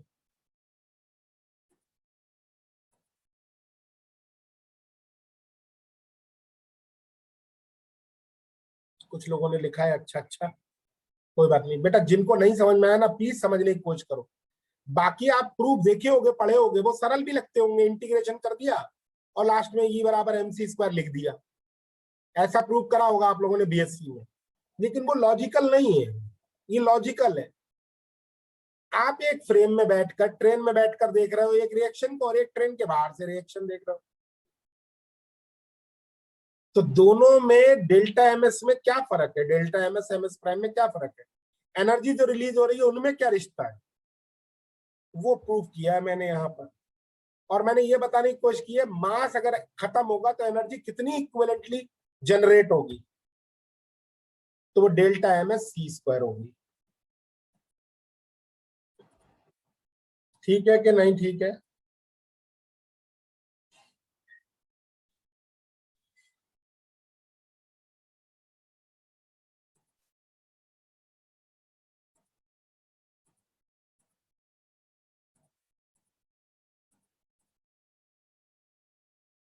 अब तो ठीक है यहाँ तक? जी सर। Yes yes sir. अब कुल मिला के मोटे मोटे तौर पे मैं बोलूं तो अब मैं ये नहीं लिखूंगा ई डेल्टा एमएस और गामा और डेल्टा एमएस प्राइम, मैं बोलूंगा m बराबर गामा m नॉट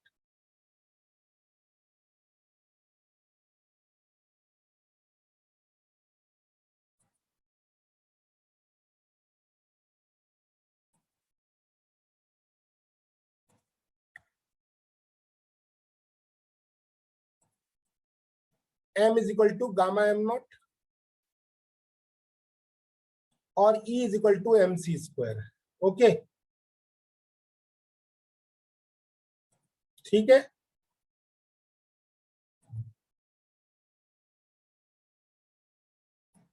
चलिए आगे बढ़ता हूं मैं। तो अब आप बताएं मोमेंटम का क्या फार्मूला होता है? मोमेंटम का क्या फार्मूला? P बराबर mb। तो क्या बन जाएगा फार्मूला? P बराबर gamma m not b। Energy का क्या फार्मूला होता है? E बराबर mc स्क्वायर। और अगर इसको और लिखना हो तो E बराबर gamma m naught c square. Energy और मोमेंटम में रिश्ता ढूंढना हो तो E बराबर E square by E square बराबर E square P square C square plus m naught square C raise to the power 4। यही तो होता है। ये मैं थोड़ा जल्दी दिखा दे रहा हूं बेटा, ये तो आप लोगों को समझ में आ रहा होगा।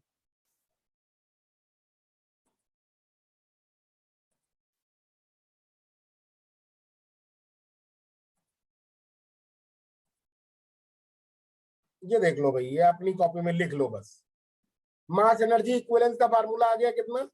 E बराबर mc स्क्वायर और E is equal to gamma M naught C square. Variation of mass with velocity कितना आ गया, m बराबर gamma M naught. Linear momentum आ गया P बराबर mb बराबर P बराबर gamma M naught b. Rest mass energy आ गई B बराबर 0 गामा बराबर 1 तो E नॉट बराबर m not C square. Rest mass energy का मतलब होता है जब रेस्ट में कोई पार्टिकल हो तो उसकी एनर्जी कितनी होगी।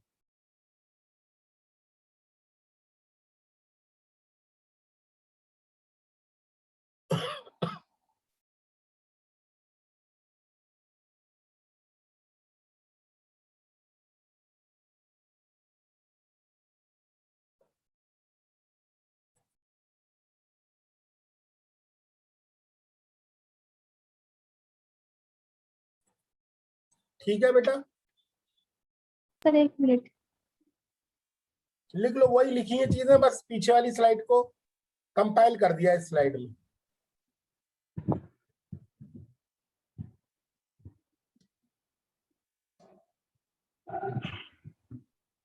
अब देखिए E is equivalent to mc square लिखना ज्यादा बेहतर है आपके लिए। ये देखो मैंने जो ये लिखा है ना, मतलब ये इक्वल टू लिखा होता है लेकिन एक्चुअल में कहना ये चाहते हैं E is equivalent to mc square. देखो आपसे मैं कहूं आपके हाथ में जो पेन है वो अभी किस फॉर्म में, मैटर की फॉर्म में, लेकिन अगर ये इसको एनिलेट कर दो आप किसी तरीके से तो इसके इक्विवेलेंट कितनी एनर्जी निकलेगी पता है। पेन का मास कितना होगा, लगभग 10 ग्राम, 10 या 20 ग्राम, और सी स्क्वायर कितना होगा 9 इंटू 10⁻16। सो एनर्जी रिलीज कितनी होगी। अगर 1 किलोग्राम की भी कोई चीज अगर है और उसको कन्वर्ट कर दें एनर्जी में तो कितनी एनर्जी जनरेट होगी, 9 इंटू 10⁻16। 9 इंटू 10⁻16 कितनी एनर्जी हुई, 9 इंटू 10⁻16 कितनी एनर्जी हुई, यूनिट हाँ 9 इंटू 10⁻16 हो जाएगी ना। सी स्क्वायर की वैल्यू, एम की वैल्यू अगर 1 किलोग्राम हो तो ये इतनी एनर्जी है कि पूरे कई लाख घरों को कई सालों तक बिजली दी जाए तो आप ये इतनी एनर्जी खर्च नहीं होगी, इतनी एनर्जी है। बहुत कम मास डिफेक्ट होता है, बहुत कम मास, ये नहीं है कि बहुत सारा मास एनर्जी में कन्वर्ट हो पाता है। इसीलिए एक यूनिट बनाई गई है एएमयू, सुना होगा आप लोगों ने, AMU atomic mass unit, which is equal to, its definition is 1/12 times of mass of carbon 12 atom। पढ़िए डेफिनेशन, और you can write it as एक एएमयू वही है जो प्रोटॉन का मास होता है 1.67 इंटू 10⁻27 kg, और you can say that 1 AMU is equal to, अगर ये एक प्रोटॉन खत्म हो जाए तो कितनी एनर्जी बनेगी, 931.5 MeV। 931 MeV आप लोगों ने पढ़ा होगा केमिस्ट्री में जब बाइंडिंग एनर्जी वगैरह पढ़ी होगी तो याद है आपको। एक रिएक्शन भी बड़ी बहुत मालूम याद होगी कि uranium 9235 0 N1 is equal to barium krypton, 3 neutrons और बहुत सारी एनर्जी। एनर्जी क्यों रिलीज होती थी, क्योंकि जो रिएक्टेंट्स होते थे वो ज्यादा होते थे और जो प्रोडक्ट बने थे उनका मास कम होता था। जो मास डिफेक्ट जो हो जाता था उसकी इक्विवेलेंट क्या होती थी, सी स्क्वायर से मल्टीप्लाई करके उसकी इक्विवेलेंट एनर्जी होती थी 180 MeV करीब, 200 MeV के करीब एनर्जी। याद है रिएक्शन के बारे में, अरे ये तो बचपन से पढ़ते चले आ रहे होगे। Yes sir. ये बातें सब आप लोगों ने केमिस्ट्री में भी पढ़ी होंगी, फिजिक्स में भी पढ़ी होंगी, न्यूक्लियर में भी पढ़ी होंगी, पार्टिकल में भी पढ़ी होंगी, बहुत जगह पढ़ी होंगी। तो सोच रहे हो आप लोग कितनी एनर्जी, पता है 180 MeV अगर खत्म हुई तो कितने AMU खत्म हुआ होगा, कुछ अंदाजा बता सकते हो, अंदाजा पूछ रहा हूं। अगर 180 MeV एनर्जी रिलीज हुई है तो कितना AMU, मतलब AMU में पूछे तो कितना मास डिफेक्ट हुआ होगा,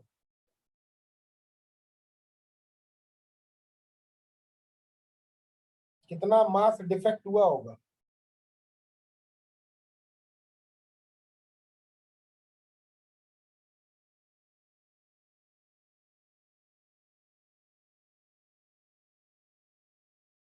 हाँ, कितना मास डिफेक्ट? 0.193 सर, हाँ 0.193। 0.193. 0.193।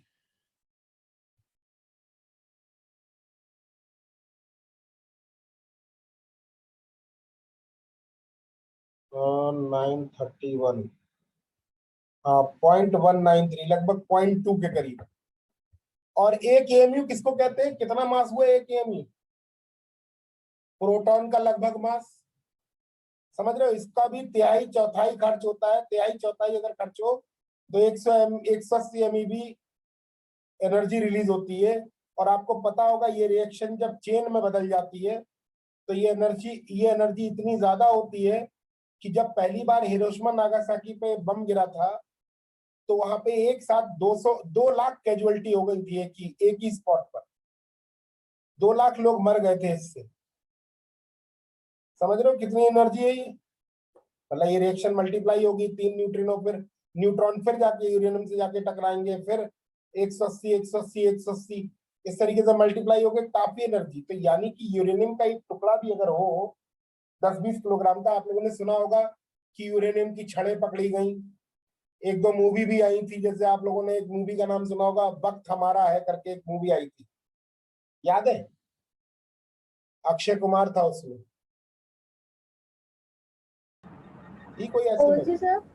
वक्त हमारा है, यस सर, देखिए। देखी होगी, जिसमें यूरेनियम की रॉडें होती हैं, घर में रह जाती हैं, यस सर।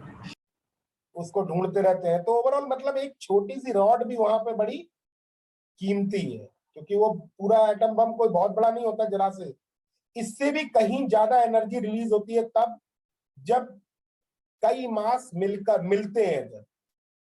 जब कई मास मिलते हैं तो और ज्यादा मास डिफेक्ट होता है, और मास डिफेक्ट जब होगा तो उतने की इक्विवेलेंट एनर्जी मिलेगी, जिसको हम लोग न्यूक्लियर फ्यूजन बोलते हैं, नाभिकीय संलयन। जो कहां पर चल रही है रिएक्शन? सन पर।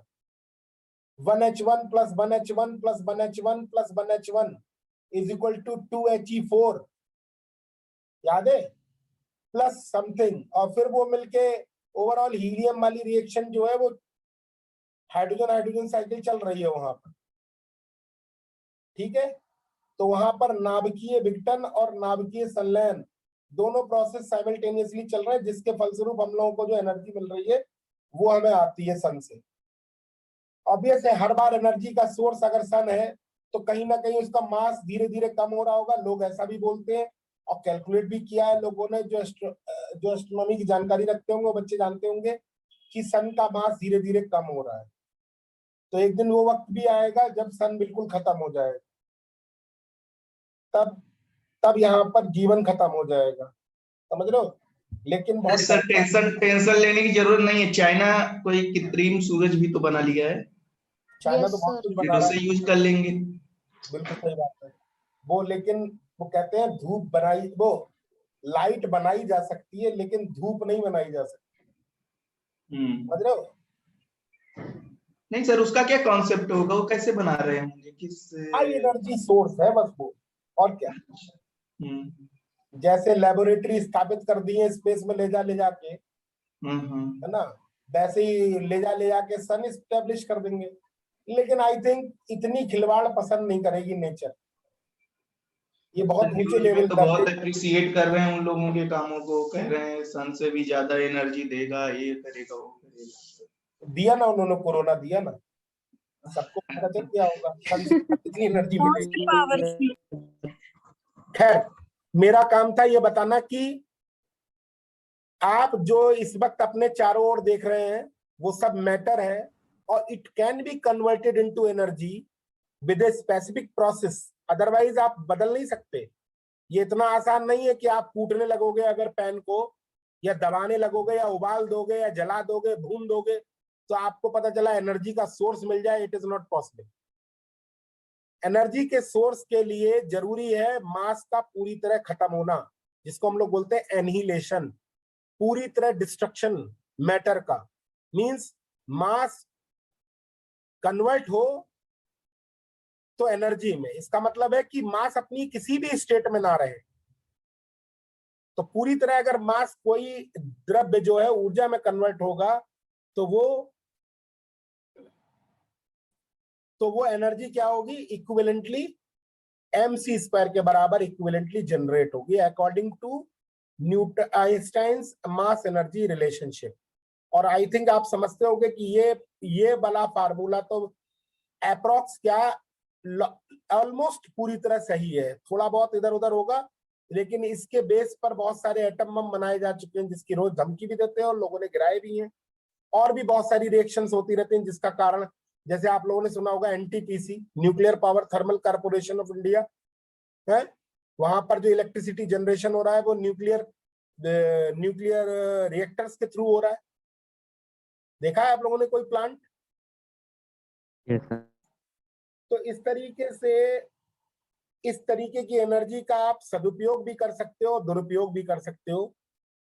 दुरुपयोग आपको पता ही है, हिरोशिमा नागासाकी में कहूंगा दुरुपयोग हुआ था, और सदुपयोग जो न्यूक्लियर रिएक्टर्स जो हम लोग यूज कर रहे हैं वहां पर भी यही काम हो रहा है, लेकिन वहां पर इसको कंट्रोल्ड रिएक्शन की फॉर्म में यूज कर रहे हैं, है ना। अरे घर की आग है जैसे ना, अगर चूल्हे की आग भड़क जाए तो घर में भी जो किचन है वो भी ब्लास्ट कर जाएगा, और अगर उसी चूल्हे को अगर आप कंट्रोल मैनर में चलाओ तो रोटियां सिकती हैं, रोज सब्जी बनती है उसी से, वही हाल है। ठीक है, पहला न्यूक्लियर रिएक्टर फर्मी ने बनाया था अपने स्टूडेंट्स के साथ मिलकर, ये आपने सुना भी होगा। और आपको बता दूं कि इस न्यूक्लियर रिएक्शन में बहुत बड़ी बड़ी दिक्कतें आ रही थी। कभी आप लोगों ने इसके बारे में पढ़ा है? हमारी 12th की बुक में तो था, कुमार मित्तल पढ़ते थे हम लोग, उसमें इसके बारे में बहुत अच्छी जिक्र था कि यूरेनियम 92 235 ये एक्सट्रैक्ट करना बहुत मुश्किल था नीसेंट यूरेनियम से। मतलब जो यूरेनियम आप नेचर में पाया जाता है उसमें यूरेनियम 92 238 ज्यादा होता है, 99.3% ये होता है और 0.7% काम का होता है, समझ रहे हो। और इसकी खासियत है ये न्यूट्रॉन्स को क्या करता है, एब्जॉर्ब कर लेता है, डकार लेता है, और ये क्या करता है, एब्जॉर्ब करने के बाद बेरियम और क्रिप्टॉन में बदल देता है। लेकिन ऑब्वियस है अगर एक यूरेनियम में 92 235 वाले में गया भी, 3 न्यूट्रॉन निकले भी, तो वो बाकी के बचे हुए न्यूट्रॉन जो होता था ये यूरेनियम में 238 एब्जॉर्ब कर लेता, रिएक्शन शुरू ही नहीं हो पा रही थी। इसके लिए बहुत मैन पावर की जरूरत पड़ रही थी, बहुत सारी मैन पावर की। सुना होगा शायद आप लोगों ने एक किस्सा कि लोगों को चिकन का हवाला देते हुए, मतलब कि उनको फ्लैश गोस्ट मिलेगा, आप लोग आके काम करो, मतलब इस तरीके के ऑफर्स जो है न्यूज़पेपर में छपते थे उस समय। और जिन लोगों ने इस प्रोजेक्ट पे काम किया, लगभग 200 डेथ पर हेड आई, 2 लाख लोग मरे, और इस प्रोजेक्ट पे करीब 1000 लोग काम कर रहे थे, तो 2 लाख मतलब 200 कैजुअलिटीज पर हेड, इतने का इल्जाम आया था। समझ रहे हो मैं क्या कह रहा हूं? तो आप इसकी हिस्ट्री पढ़ना, बहुत इंटरेस्टिंग है, बहुत इंटरेस्टिंग है, बहुत मजेदार है। हालांकि उसमें मजेदार ये नहीं है कि लोग उसमें मरे, ये है कि भाई ये कैसे बना।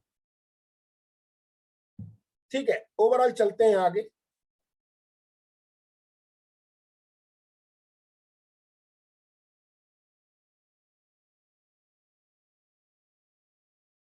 ठीक है, आगे चलते हैं।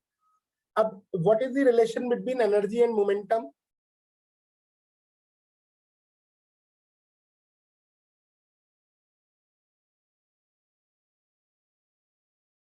बाकी लोगों को बता दूं, कल मैं आप लोगों को एनर्जी मोमेंटम रिलेशन जो करवा के छोड़ूंगा, उसके बाद 4 मोमेंटम वेक्टर करवाऊंगा और रिलेटिविस्टिक कोलिजन और डिके करवाऊंगा, तो आप लोग कल जरूर रहिएगा। Relation between energy and momentum.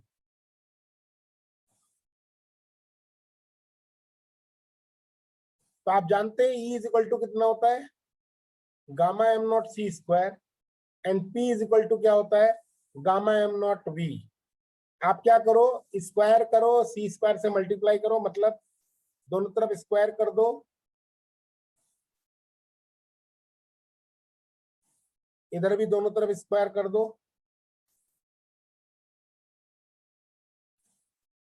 C square से दोनों तरफ मल्टीप्लाई कर दो और घटा दो।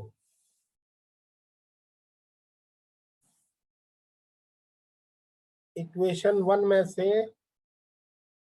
इक्वेशन 2 घटा दो, तो E square minus p square c square is equal to gamma square बाहर आ जाएगा, एम नॉट स्क्वायर बाहर आ जाएगा, सी की पावर 4 बाहर आ जाएगा, 1 minus B square by C square बचेगा, जो कि 1 अपॉन गामा स्क्वायर के बराबर होगा, कैंसिल हो जाएगा।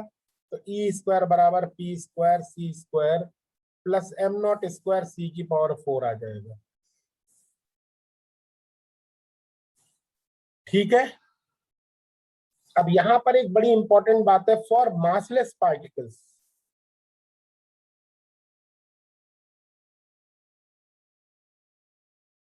जैसे फोटोन होता है, न्यूट्रिनोज होते हैं, है ना, एंटी न्यूट्रिनोज होते हैं, पढ़े हैं आप लोगों ने ये? नहीं?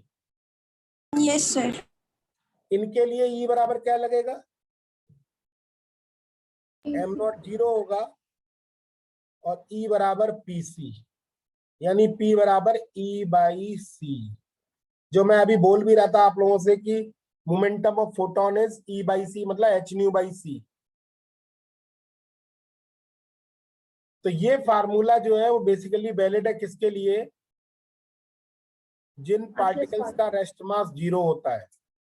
और जो ये फार्मूला है ना, ये उनके लिए वैलिड है जो जिनका रेस्ट मास होता है।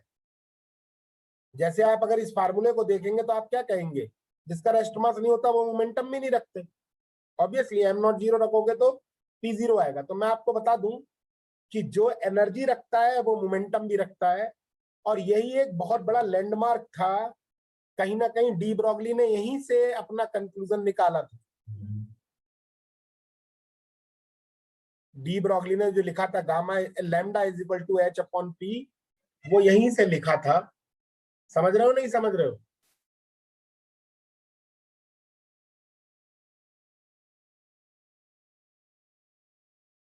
यहां से तो लिखोगे, कितना होगा अगर ये लिखोगे तो? P बराबर एच न्यू लिख दो फॉर फोटॉन्स। अभी आगे मैं लिख दे रहा हूं, for photon is equal to H nu या एच सी बाई लेमडा। तो मोमेंटम कितना होगा? E बाई सी यानी एच बाई लेमडा, यानी momentum of photon is H by lambda. तो यहीं से लिखा था उन्होंने momentum of any particle in terms of matter waves, wavelength of matter waves, यहीं से लिखा था लेमडा इज इक्वल टू कितना? H upon P. नहीं दिख रहा है?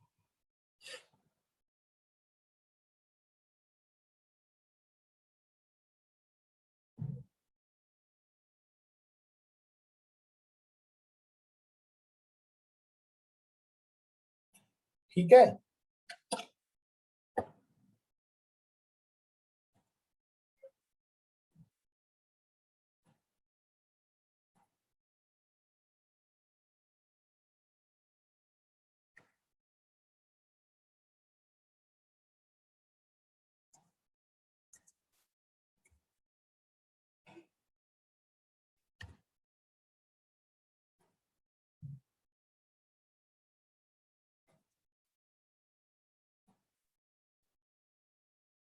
एक मिनट बेटा, मैं एक चीज ढूंढ रहा हूँ।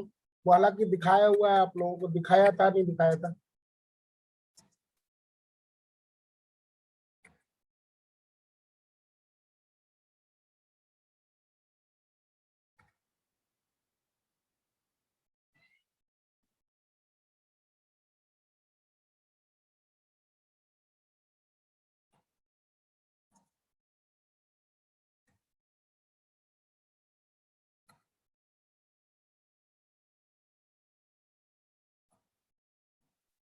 एक मिनट बेटा,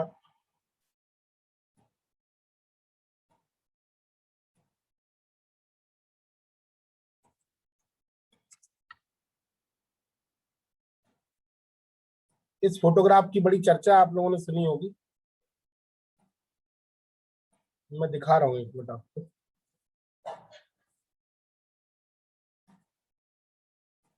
ये खुल नहीं रहा है अभी।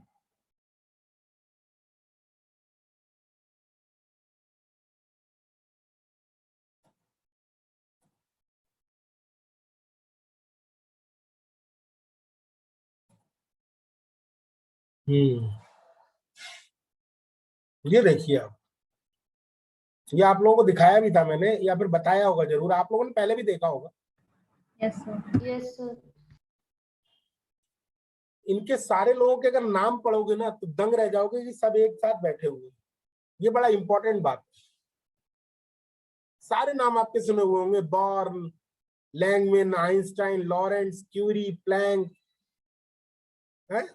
पिकार्ड, आयरनफर्स्ट, श्रोडिंगर, और थोड़े थोड़े मुझे दिखाई भी नहीं दे रहे।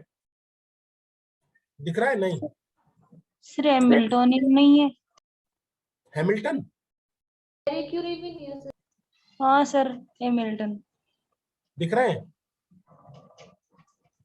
मेरे को तो ना दिखे। वैसे 40 इयर्स की एज में उनकी डेथ हो गई थी, क्योंकि ये सारे एज लग रहे हैं ना, एजेड लग रहे हैं। देखो ध्यान से, सभी बूढ़े हैं। ये भी पॉसिबल कि उस वक्त उनकी डेथ हो गई है जिस वक्त ये फोटोग्राफ लिया गया हो। तो डेथ, क्योंकि 40 इयर्स ही जिए थे वो। तो कहने का मतलब ये सब आपस में मिलते जुलते थे, जिन्होंने इतनी बड़ी बड़ी बातें कही और जिनको अब आज तक ढोते आ रहे हैं, और जिन पर एक तरीके से आप कह सकते हो पूरी मॉडर्न फिजिक्स जो है वो बेस्ड है। तो इट मे बी पॉसिबल कि इनके बीच, मतलब ये इनकी थ्योरी को फॉरवर्ड की हो, वो उनकी थ्योरी को फॉरवर्ड की हो। अब देखो प्लैंक की एज देखो, और अल्बर्ट आइंस्टाइन की एज देखो, और लॉरेंस की एज देखो। ये सब एक तरीके से स्टूडेंट लाइफ में एक जैसे ही रहे होंगे, मतलब अगर उनके टाइम की बात करें तो कहीं ना कहीं इनकी थ्योरी इन्होंने ली और इन्होंने क्या एक्सप्लेन किया। तो जैसे आज की डेट में क्या है कि जैसे हम लोग सीनियर और जूनियर वाला केस नहीं होता है, जब आप किसी लैब को ज्वाइन करेंगे तो उस लैब में कुछ सीनियर्स काम कर रहे होंगे, आप जाके काम करना शुरू करेंगे, तो अक्सर आपको वही प्रॉब्लम मिलती है जो आपके सीनियर जिस पर वर्क कर रहे हैं और जिसको आगे आपको बढ़ाना होता है, उनकी पीएचडी हो जाती है, आपको आगे बढ़ना होता है। तो हो सकता है कि ये सारी चीजें मनगढ़ंत हो, मैं ये कहना चाह रहा हूं बेसिकली ये फोटोग्राफी दिखा के। लेकिन जो भी है उससे एक्सप्लेन क्या हो रहा है? Nature. It may be possible ये सारी बनाई हुई हो चीजें, अभी से बनाई हुई तो है, इनमें कुछ गलतियां भी होंगी, लेकिन उन सब गलतियों का कुल मिला के इफेक्ट क्या है, सब कुछ एक्सप्लेन हो रहा है। तो वो थ्योरी जिससे कुछ भी एक्सप्लेन, जो जिससे एक्सप्लेन हो रहा है, वो मॉडल क्या होता है? मान्य होता है। और हर थ्योरी के कुछ ना कुछ क्या होते हैं? ड्रॉबैक्स। आज भी कुछ ऐसे फिनोमिनाज है, इवन बहुत सारे ऐसे फिनोमिनाज है जो अभी भी मॉडर्न फिजिक्स एक्सप्लेन नहीं कर पा रही है। तो कहने का मतलब परफेक्ट थ्योरी तो है नहीं। हम लोग भी क्या कर रहे हैं कि उन्हीं चीजों को आगे बढ़ा रहे हैं। भाई नैनो पार्टिकल जब तक नहीं आए थे, नैनो टेक्नोलॉजी जब तक नहीं आई थी, तब तक हम लोग क्या मानते थे कि बल्क ही सब कुछ है। देखा ये गया कि जैसे जैसे पार्टिकल साइज छोटे हो रहे हैं तो उनकी प्रॉपर्टीज अपनी अलग हो जा रही है। मतलब गोल्ड जो चमकता है पीला, जो गोल्ड चमकता पीला है, आप लोग जो देखे होंगे सोने की अंगूठियां या जो भी, वही गोल्ड नैनो पार्टिकल के जब फॉर्म में होता है तो वो कैसा चमकता है? Red. Red, orange type. Depends on the colour of nano particle, depends on the size of nano particles. तो कहने का मतलब ये है कि जैसे जैसे चीजें एक्सप्लेन हुई वैसे वैसे हम लोग आगे बढ़े। ठीक है, तो चलिए आज की क्लास यहीं तक रखते हैं। अगली क्लास में हम लोग मिलेंगे फोर मोमेंटम वेक्टर और energy and momentum Laurent transformation equation, और मोस्ट प्रोबेबल लास्ट क्लास होगी अगली, मतलब इसकी रिलेटिविटी की लास्ट क्लास होगी, और हमारे प्रॉब्लम्स वगैरह रह जाएंगे तो वो एक क्लास में और हो जाएंगे। ठीक है, तो आप शुरू से आप लोग स्लाइड्स देख लें, उसके बाद आप लोग क्लास छोड़ें। सर वो वाला स्लाइड 7 थोड़ा। बेटा एक मिनट रुको, अब शुरू से देख लो पहले। जी सर। टेस्ट डिस्कशन का टेस्ट डिस्कशन कब होगा? डिस्कशन होगा बेटा, होगा। ये खत्म होने तो उसी दिन करवा दूंगा।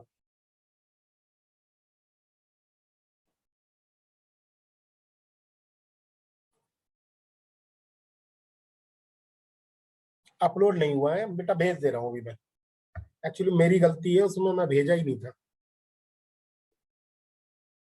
अभी अभी भेज दूंगा, अभी अपलोड हो जाएगा।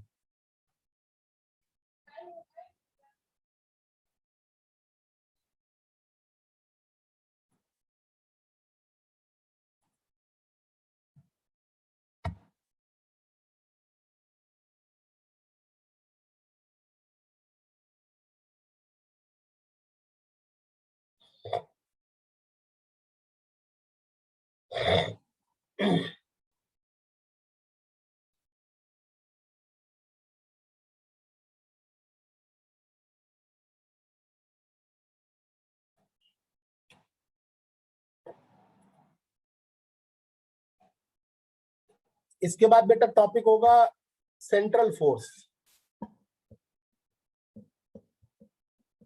Motion under central force.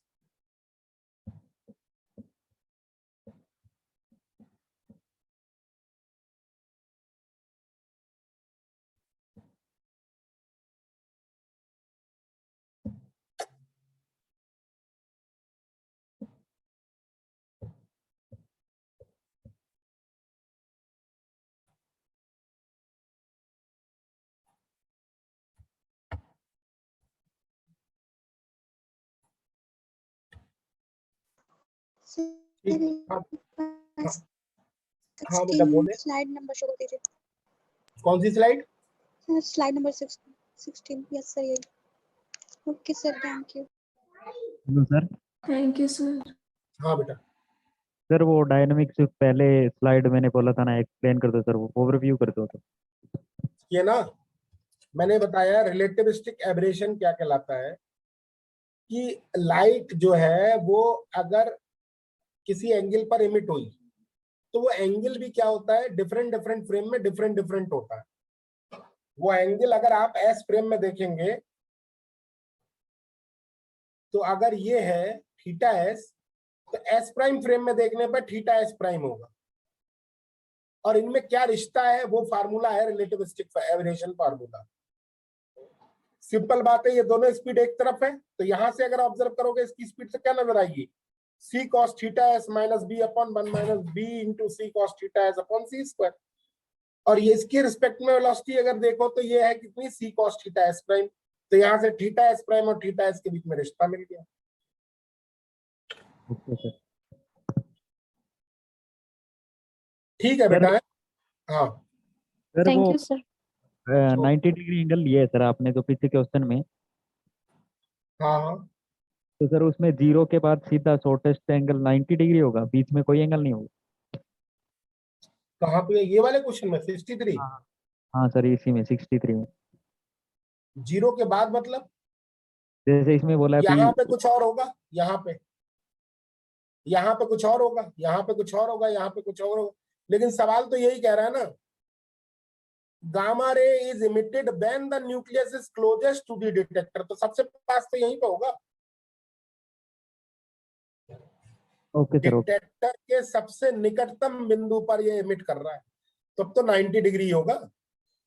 Okay, thank you sir. और बताओ। सर हाँ सर, जो अपना ये अर्थ होती है, ये सन के अराउंड चक्कर करती है। हाँ। सर क्या इसमें एनर्जी लॉस होती है अर्थ की? नहीं, नहीं होती। अर्थ अब छोड़ो, जैसे सैटेलाइट साइंस की की। जी अर्थ छोड़ो, सैटेलाइट की भी एनर्जी इस काम में वेस्ट नहीं होती। सर क्यों? आप किसी पत्थर को ले जाकर अर्थ की उस ऑर्बिट में फेंक दो जिस ऑर्बिट में उसको फेंकना है, अगर वो चक्कर लगा रही, चक्कर में कोई एनर्जी की जरूरत नहीं होगी। क्यों? उसकी वजह है कि जो सेंट्रीपिटल फोर्स है वो उसका वेट प्रोवाइड कराता रहता है, इसलिए वो घूमता रहता है। और velocity is always perpendicular to force, so power is F dot P. F dot P is always zero, so loss of power is zero. Sir sun भी तो शायद सर चाहे सन हो, चाहे मून हो, अर्थ के अराउंड, चाहे अर्थ के अबाउट सन हो, अर्थ वो सन के अबाउट अर्थ हो, या अर्थ के अबाउट मून हो। दोनों ही केस में क्या होगा, वेलोसिटी परपेंडिकुलर होगी फोर्स के, और एफ डॉट भी 0 होगा, ये इसका मतलब पावर लॉस 0 होगा।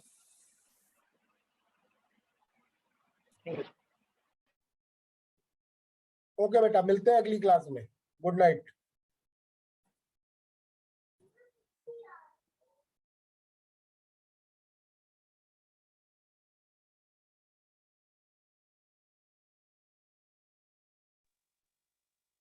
Thank you sir.